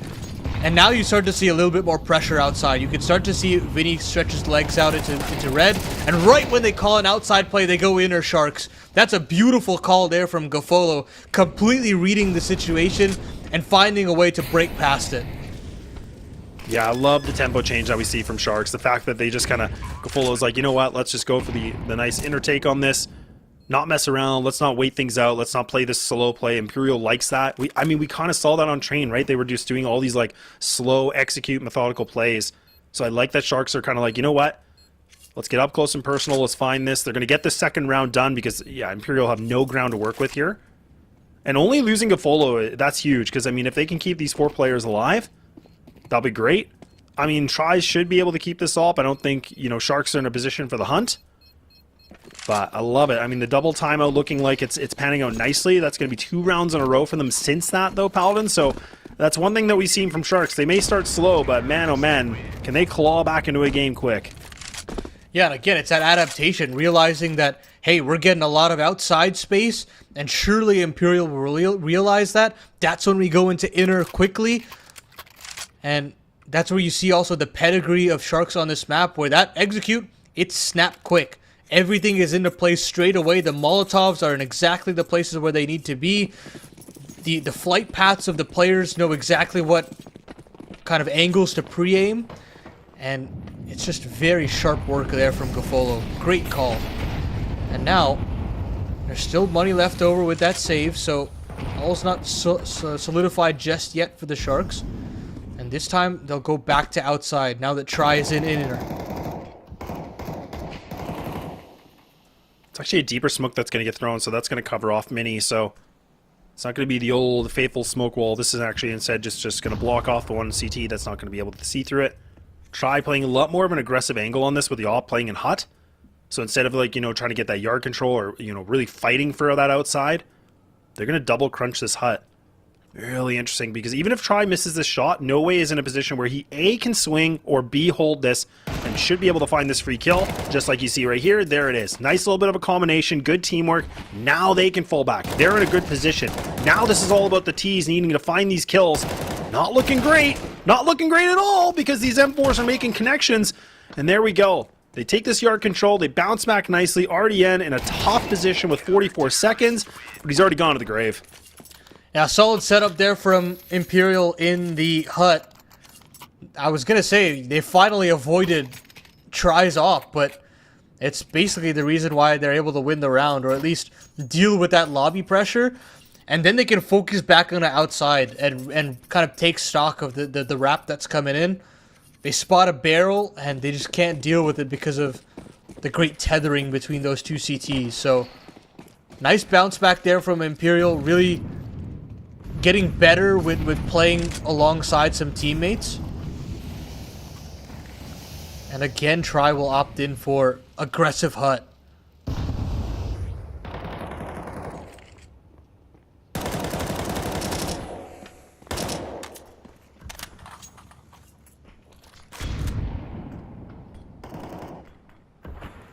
You talk about Che on this team, huge benefit in terms of the kind of impact that he had in the Lisbon qualifiers, but has not had that same level of impact in this qualifier to qualify for Dallas. Need a little bit more out of him. They're going to try to crunch in through lobby alongside No Way, and eventually the trade comes, but they've got to dump a lot of resources for that to happen, and while all of it has occurred, look at how much space Sharks have taken. All of outside is theirs. Yeah, this is one of the first times we actually see them, you know, kind of spreading their wings a little bit and getting into hell now, right? This is where we haven't really seen them do this position. So they have a choice. They could either try to, you know, go up to heaven here, up the ladder, see if they're going to be able to find these kills into the inner site, or they can go onto the back door onto ramp, and that's exactly what they're going to do. Descenti's the only one that's kind of close on by. I think he's playing on the outskirts of Secret. And Nyx is kind of being the lurk here with, you know, 27 seconds. They got to get things moving a little bit faster. But this is a possibility for Sharks. This lurk is one thing, but again, this lack of utility is going to be really scary going in that lower bomb site because they have to worry about the CTs, but the rotates are starting to come through. I think they're realizing, look, they're not going to take this inner site. They hear the plants. Nyx does give away a little bit of an inkling on that, a little bit of a sound cue, but the CTs, look at how fast they've been able to rotate. So now Nyx has to be able to find the perfect timing on this. This thing could be over quick. Yeah, they know they've got a man advantage on the bomb site. They know Nyx was available, and he's going to try to get down the vents. And he does, but that's to his own death. Meanwhile, at the lower site, it's a triple setup at double. And there's just no way to deal with this. There's just way too many bodies, way too many targets. And Try's got to get the hell out of dodge. He misses that first shot. Does that even let him safe passage? No, it doesn't. Cafolo there to cut off his rotation. And Sharks bounce immediately back. It's a little wonky there with how they were getting down, but as soon as they did, as soon as they got the C4 to dirt, they figured out a way to make that post plant work, and Imperial will have to go right back to a weaker purchase. No way with the Nova purchase. Oh, God, I know. And this is the thing where, like, do they really want to be a little bit cheeky with it? They got an MP9, okay. I was wondering what they were looking for. Even a CZ, man. When do you ever see a CZ anymore? Like, no, I mean, I liked a CZ, but I don't know, man. The 5.7 is just so much better. Bang for the buck. Yeah, there's this guy. His name's Brian CS, and he's in my pugs a lot, and he loves the CZ. And I tell him, Brian, why don't you use the 5.7? And he's like, I liked Zeus. And he's, you know, so the moral of the story is you got to get with the times. Exactly. It's true. It's absolutely true. It feels almost like a troll at this point when you use a CZ, but it is. I know I used one for a long time too, and I was like, man, I love CZ, but just realizing how much it just got nerfed, it's just not even 5.7 it's just a better CZ, man. It does the same thing, but better. It does the exact same thing, yeah. Well, we'll see. I don't think any CZ action yet because it looks like Sharks once again. They're like, yeah, let's go outside. Let's just go for a nice old stroll. The MP9 does find that one connection, so at least it's put a little bit of a value. Hopefully, it was hopeful for more. Now they spot that's Vinny just on the outskirts of this. So, I mean, they got to be careful because when you get this close with pistols, really, really scary. Good nade to do a ton of damage. Vinny, I mean, he's gone. Yeah, he's getting roasty toasty here. A little too close to the flames. Okay, Sharks just having some fun with this one in round 9. And, I mean, unless they get really careless, it could fall apart. But, no, it's an easy one. Not bad at all. Yeah, well handled there from the Sharks. And once more, another attempt here from Imperial. I feel as though he's been getting the op into the positions that he wants it. And now it's all just about connecting. Needs a little bit more impact outside, I'd say. Hasn't really flexed too much. Kind of left Vinny on an island, and for that, he's kind of suffered from a KD perspective. But we'll see if they can fix that at this point. Because they've got to figure out outside. Sharks have been getting downstairs way too easily. This time they're going to go straight through ramp, though. Right at Che. We haven't spoken his name all too much today, but he's showing up big time with a triple. Koala also taking significant damage in a drive-by USB headshot. Beautiful work there from the new blood. Now it's all onto Nyx. What kind of damage can he do? You'll find Vinny. He knows Chase around the scene. He'll take him out as well. A third kill on a silver platter, but Noe will capitalize. Imperial bounce right back for a sixth.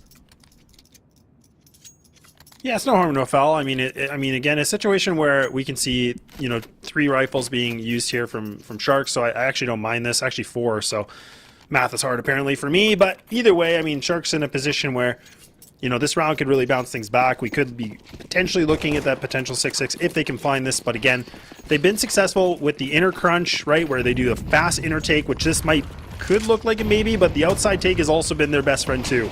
But instead, you know what? They want to try something a little bit differently. They want to go through ramp. They want to see if they can test Che. He's able to find this double, so the addition able to get himself some juicy double, and now putting them in a huge advantage with a 4-on-2, Koala and RDN, the last remaining players. Bomb in their hand, but again, this is not easy. I mean, you got so much ground you have to work with. They do have a smoke, but they have to worry about Descenti. He's close on by here. He's playing a strong angle on the lower sight. But they got to clear him, and look at how spread apart they are. They're really hoping for somebody to overextend, but there's no reason for Imperial to do that.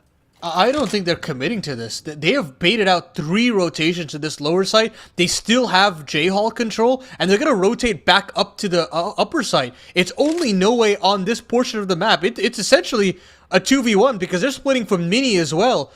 RDN could be able to give enough information to Koala to pre-fire this. 50 seconds left on the clock.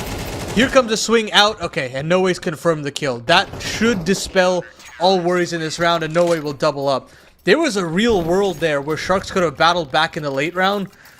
That's a worrying hole in the defense that shouldn't be allowed. There should not be 3 rotations to the lower site. Yeah, no, that's true. And I mean, also I think like Sharks kind of took that a little bit more awkwardly too, because you had the player in Mini. I feel like he had to make a little bit more of a play, because if he would have made any sort of noise, or he could have been able to kind of go for that first engagement somehow, that would have allowed the player in Heaven to maybe get that easy kill against Noe. But good work from Noe to be able to play the isolated duels in that kind of a situation. But I agree with you, Imperial a little bit hot on the rotates, but they make it work for them, and it's all good. And we're in the last round of the first half here. And Imperial, a team that hasn't looked so great on Nuke. I mean, it's been, I wouldn't say it's the prettiest CT side Nuke I've seen, but at least it's doing something, right? I mean, at least it's able to find a little bit of a winning factor maybe, but oh dear God, what is happening now? I mean, these Tech-9s have actually created some space, and all of a sudden, Paladin, we're down to try. He's by himself, and he has to go for a clutch scenario. I don't know how we get into this position. They're feigning so much outside presence, and they get a free body into Mini and out Hut. The split is beautiful, and Gaffolo's shot's even better. Try is now giving away his position with the glass break. I don't really know why he did that. It gave confirmation that they can play this 2v1. Try still got an incendiary. He still got a flash, but Doc has made it into Heaven, and this round is over. The Sharks have gotten away with absolute murder on the pistols, and they'll get away with 5 rounds at the half. Can they complete this elimination series in a swift 2-0, or is there a little bit more that Imperial have to offer? Stay tuned.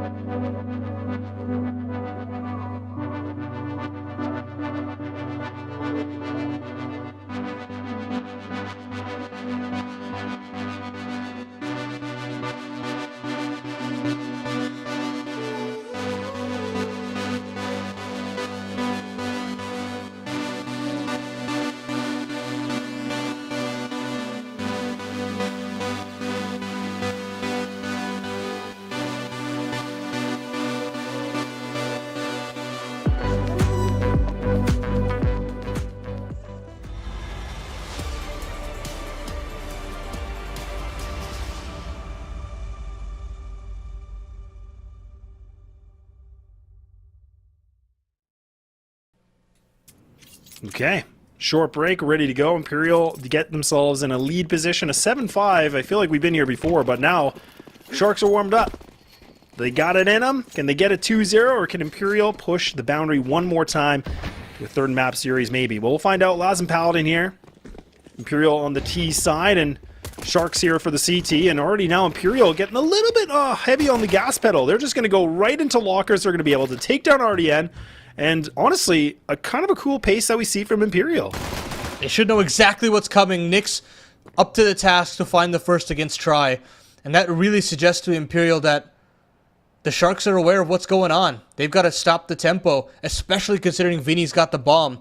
And Nyx is going to try to reclaim this territory alongside his captain. They're going to go straight at Vinny. They do so much damage, but they can't find the kill. They found the bomb, though. That's at least come out to them. That little bit of information. And so now what does Vinny try to do? How does he kind of rally the troops with a minute left on the clock? They want to move back into A, and no way will find the headshot. That makes things a little bit better. There's a little bit of pressure relieved. And No Way will try to go for a little bit more. Trying to go at Doc at this point. And now I think it's up to Doc to try and kind of fight his way out of this situation. Oh, I was thinking, man, if Doc can find this kill, like that'd be pretty cheeky, but no, that's a tough one. But I mean, Gafolo, I mean, nothing really to work with on this. I mean, he's got the P2 that he's able to pick up, but I mean, Imperial in a great position right now. They're going to go for the backside of the plant, which is great.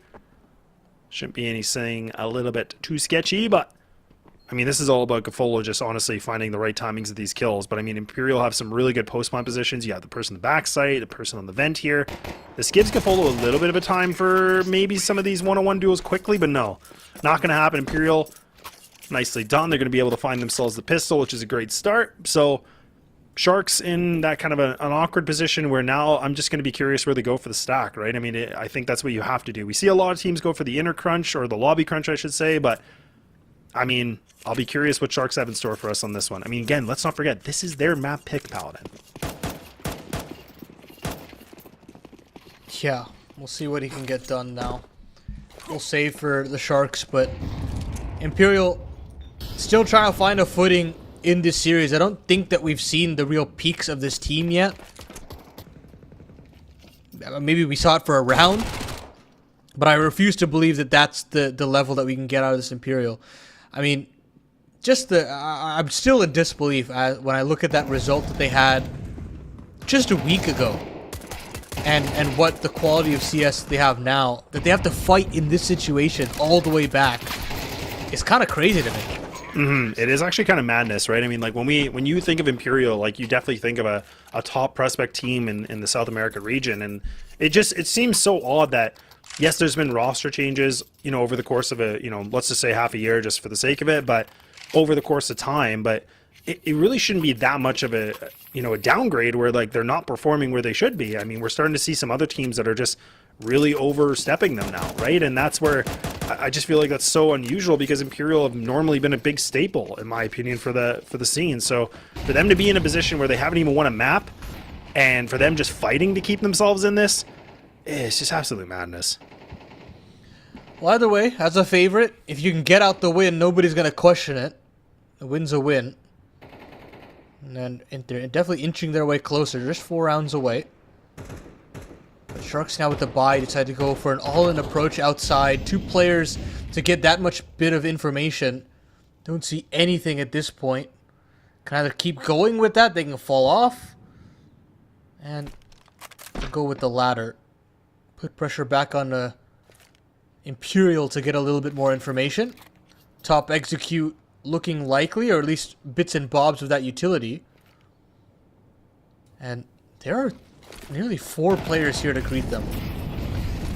Yeah, so this is a bit of a mousetrap. This is not good, but it actually is a little bit of a ruse, right? So they make it seem like they're going to go for the intercrunch, but now Koala, oh man, he's able to get out. Okay, good flash to really just, again, buy a little bit more time. Now his teammates are hustling as much as possible. Laces are tied. Is it going to be enough, though? Imperial, they still have a little bit of time to back out if they choose to, and uh-oh, it's going into a bit of a blender.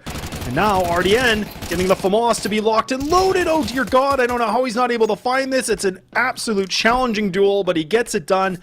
So Sharks put themselves in the position of round 15 in their favor, unless we see Try having a pop-off moment for himself. He's got a wounded player of Doc on the right. He doesn't have the bomb. There's 15 seconds remaining. This one's over here for Imperial, and honestly, Sharks, really good work on the rotates and not overreacting to that execute that we saw from Imperial. Yeah, they already had 4 players there, right? And so in that situation, there's naturally going to be a rotation once Koala hears all that noise. And great work to him for him to stay alive and also break the glass open to make it a little bit easier for those CTs to fight later on. And again, one of those unsung moments from Koala where he's not getting you the big flashy kills, he's not getting you that insane ramp spray down, but he's getting you the valuable information for rotations to look as smooth as it does, and for them to get as comfortable a round win as they did.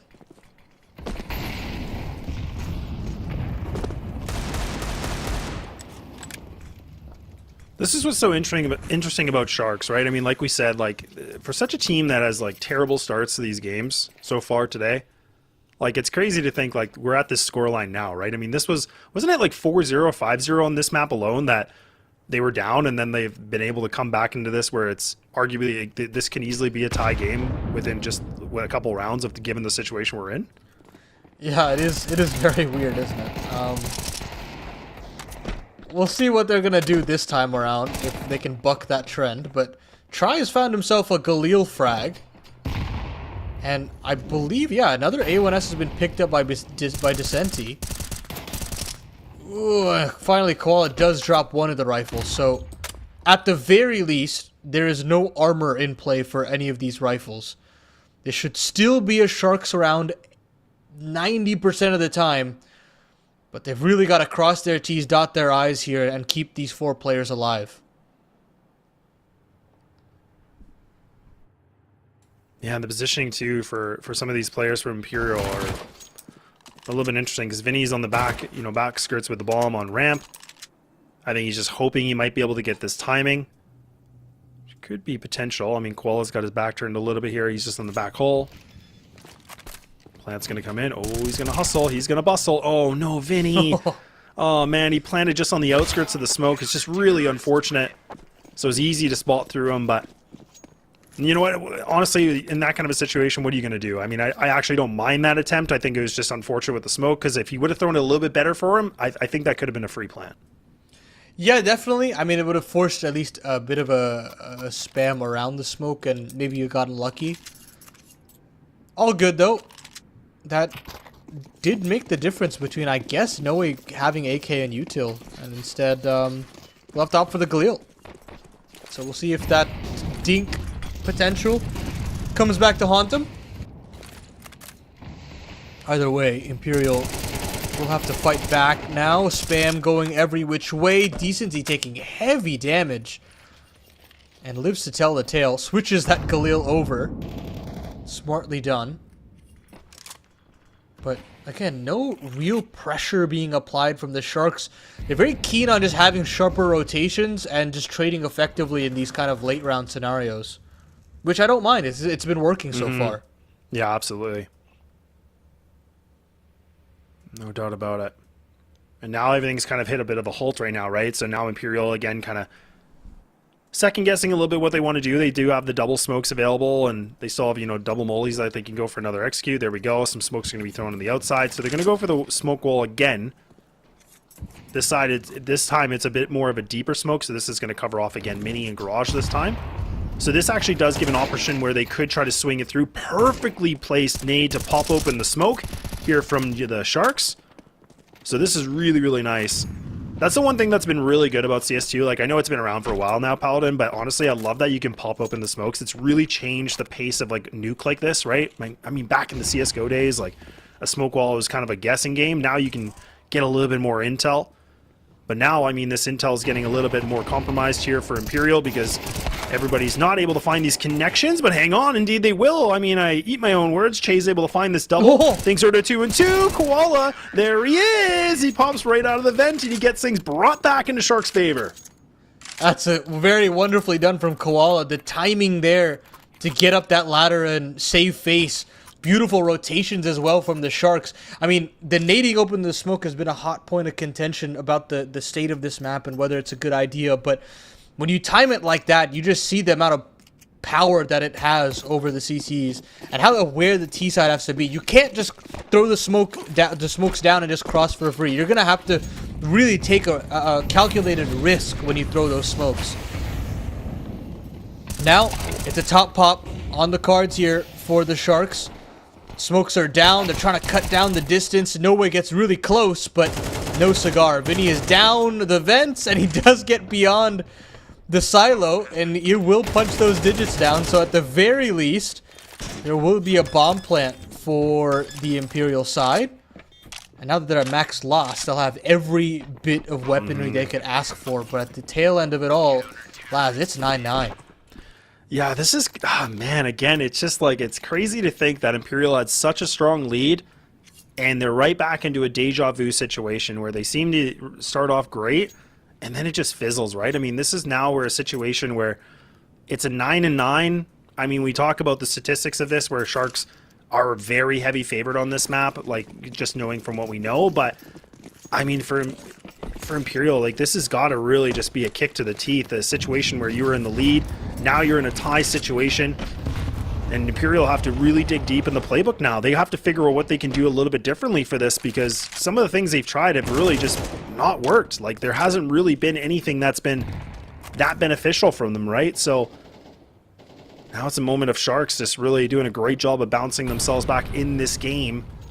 And even Try's even got the op ready to go here too. So I really want to see what Try can bring to the table. Just considering a Nuke T side op is always something a little bit more tricky, like we talked about. Definitely so. And he's not had the opportunity to really utilize it. He's just kind of waltzing around, tethering to an opponent here and there, or to a teammate rather, here and there. And now you've got aggression from RDN. This is what he does best, when he can finally start to maneuver around the map a little bit. But once RDN has been spotted, I think they're just trying to consider if they can come out of the door. Just nothing being given to them. Constant use of utility to keep these T-sided players at bay. 40 seconds left on the clock, and finally that they can try to get out. The smoke in a mini is there, and from Hut, Gafolo strikes. Beautiful spray transfer into a double, and now it's all onto Decenti and Vinny. They've got to find a way to deal with Gafolo, and they finally do. Nick's at the back of the site, a player down in event rotation, and Koala in heaven. This is a great situation for the Sharks. They'll deny the bomb plant, they'll put it all on the captain, and the captain will find nothing. Sharks with the lead. Oh man, again, it's just so sloppy. I mean, look, Imperial, like, in that kind of a situation, that's why I was criticizing, like, for the way they've been playing. I just don't understand why they want the op out. Like, I think you made a really good point earlier on in this game where the op on T side can be really good post plant, but these guys are having difficulty to get into the sites with the plant. Like, we don't get to see a lot of these post plant situations, so even there, you had double player in Squeaky, nobody's clearing on the top of Hut, and like the op was going through Squeaky, which is, I think that's probably the worst position you could put the op in, that kind of a position. It's such a funnel. So we're starting to see some really careless decision making from my perspective anyways.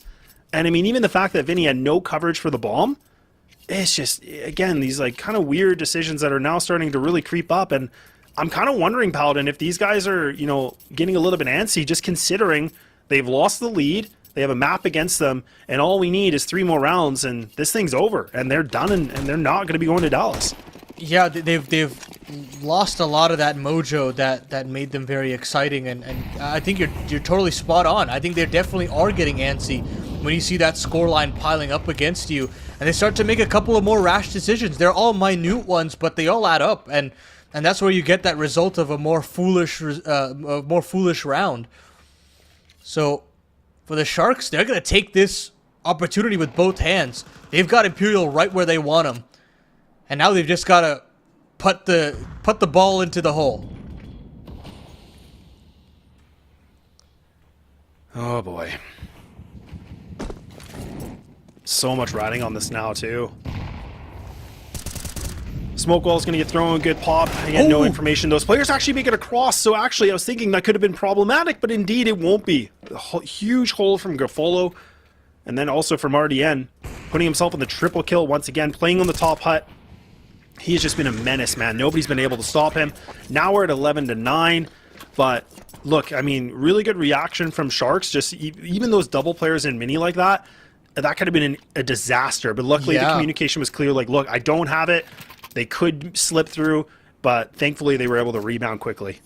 Great work there from RDN. I mean, again, if he goes down, if he even goes 1 for 1 there, I think it gets real nerve-wracking. So dealing with that is great.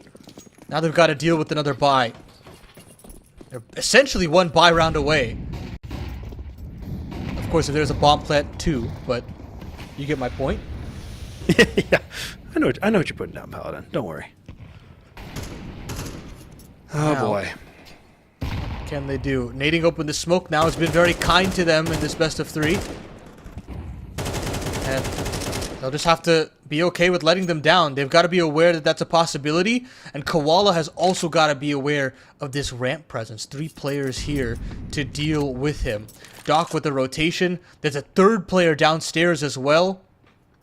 There's a lot of attention on this B bomb site. And Nyx has hit the first shot. That's big stuff there from the sniper. And now you can call the rotations downstairs. I think Imperial have been figured out and then some. There's a single aggression. Koala's there. RDN is there. And the bottom side anchor has just done so much. Look at what Tri has got to do now. A 1v2, 1v3 in total. Yeah, this is somebody that we talked a lot about that might be able to, bring some good impact in this. He was, one of those players that has shown that he can be really lethal, but yeah, again, just given a really bad, bit of a situation he can't really work with. And now we're going to be on series point here for Sharks. I mean, look, Imperial have kind of done the same thing over and over. They go for the smoke wall. They just kind of wait things out. It kind of feels like they've run out of ideas, right? I mean, it feels like Sharks have just kind of, taken their scrapbook and have memorized every single play, and they're steps ahead of them. So now Imperial, I mean, I don't think they have any more timeouts remaining, because if they did, they should be calling it now, because this could be all over within 1 round, and Sharks can advance themselves in the lower bracket to wait for the outcome of the legacy game that's happening as well. It's just incredibly readable, and this is again, it comes down to how much work Sharks have put in on this map. When you think about this organization, you think about the good work they've done across so many different iterations. Garofalo's got a wealth of knowledge to base his gameplay off of. And look at that, solid nade from RDN to chunk down No Way, that tip of the spear and this upper execute. They throw a first bit of utility, and here comes that second round. But I believe the Sharks are aware of this. Yeah, they look prepared. They look like they know exactly what's happening here. Smoke and Mini, and look at even RDN. He's able to go for the 1-on-1 trade, but that's going to be still the advantage situation. But look at these CTs. They've loaded the kill feed, and they've been able to load up themselves a best of 3 in their favor. Imperial are going to pack their bags. They ain't going nowhere, but at least the Sharks live to fight another day where they're going to be in the lower bracket to see if they can get themselves in those finals position to get to Dallas. From first place qualifying just last week to last place here in the Dallas close qualifier, I mean, time is a cruel mistress, but it's very clear that they've got a lot of work to do, Imperial. It's great to have Che in this new lineup, but you can already start to see some of the issues that come with losing Phelps. You've got to have a little bit more out of some of your players that haven't necessarily stepped up as of recent. I look towards players like No Way, and even as a captain, players like Vinny as well, that have got to kind of individually get a little bit more. And you didn't see that out of them. And that's where you got to look towards the strategy. And then the strategy also had a couple of holes on both halves of all four maps, or sorry, all two maps, all four halves. And that's kind of disappointing to me. It shows that they've got a very high ceiling, but they've got a very low floor. And they've got to kind of equalize that out a little bit. And that's going to take a little bit of time. It definitely is, because it felt, like you said, I think the best thing you made a good comment near the end here is like it felt like Imperial were just so predictable, right? It just felt like everything they were doing, Sharks had a really good read of what to do and how to counter that, and Imperial just kind of felt like they were stuck in the mud at times. So it's a shame to see, just given that, like you talked about, they got themselves qualified for other events where we were like, okay, look, a good team now, they're getting themselves on the right track, and then something like this happens where they're out. Like, they didn't even get a map. They had a couple close encounters, but really that's kind of all they can really talk about. Now they have to go back to the drawing board and get themselves in a better position, because like we talked about, the Legacy and Fluxo game is still happening right now, and this is where we are. We're going to be done here for the day, but Sharks have to play the loser of that matchup, and that's going to be the consolation final, where whoever wins that one will be able to play, in the grand final to see who actually does make it to Dallas. And that's the thing. I think Sharks have shown us a really good little bit of a revamp right now from the first BO3 to now, but man, oh man, they got a lot of work cut out them for getting ready for Wednesday. Yeah, I think they've got a lot of adaptation shown, but those slow starts, they can come back to haunt them. We saw what Legacy did when they were given a little bit of a front door, and I will argue that Fluxo have a very similar style where if you do give them momentum, Art can call a hell of a game. So a lot of work for Sharks, as you say. We'll see if they can stand up to the test of time tomorrow. But of course, that's it for us on the D stream. Of course, there's so much CS going on all the way through the wee hours of the night. There's the rest of this upper final going on. You've got the NA upper final and lower final gonna kick off in, I believe, right now. So definitely check those games out. Darth Mike, JRT, Exner, and Phi all taking you through all that action. So don't be afraid to miss it. Tune into those games. But of course, from Laz, from Paladin, from production, we hope you guys all had a wonderful time here on the D stream. And we'll see you guys very, very soon. Bye-bye.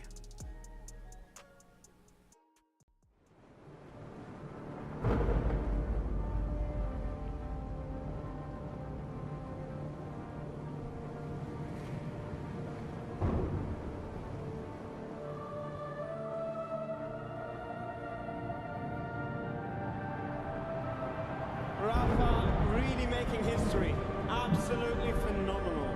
And Ace is the champion of the Intel Extreme Masters World Finals. Storm's still not quite done. MC is going to take this fight, though. 3 seconds left. Last 2 rounds of action's got to start it well for ESC. And this is a massive move for Zez, but he's not content with just a Nexus kill. He wants to win. And it's all done. And Strollin's winning. Unbelievable Rogue with a 4-0 victory over Classic. And they did it again in the grand finals. It's no good. Give it up for your Intel Extreme Masters World Champion.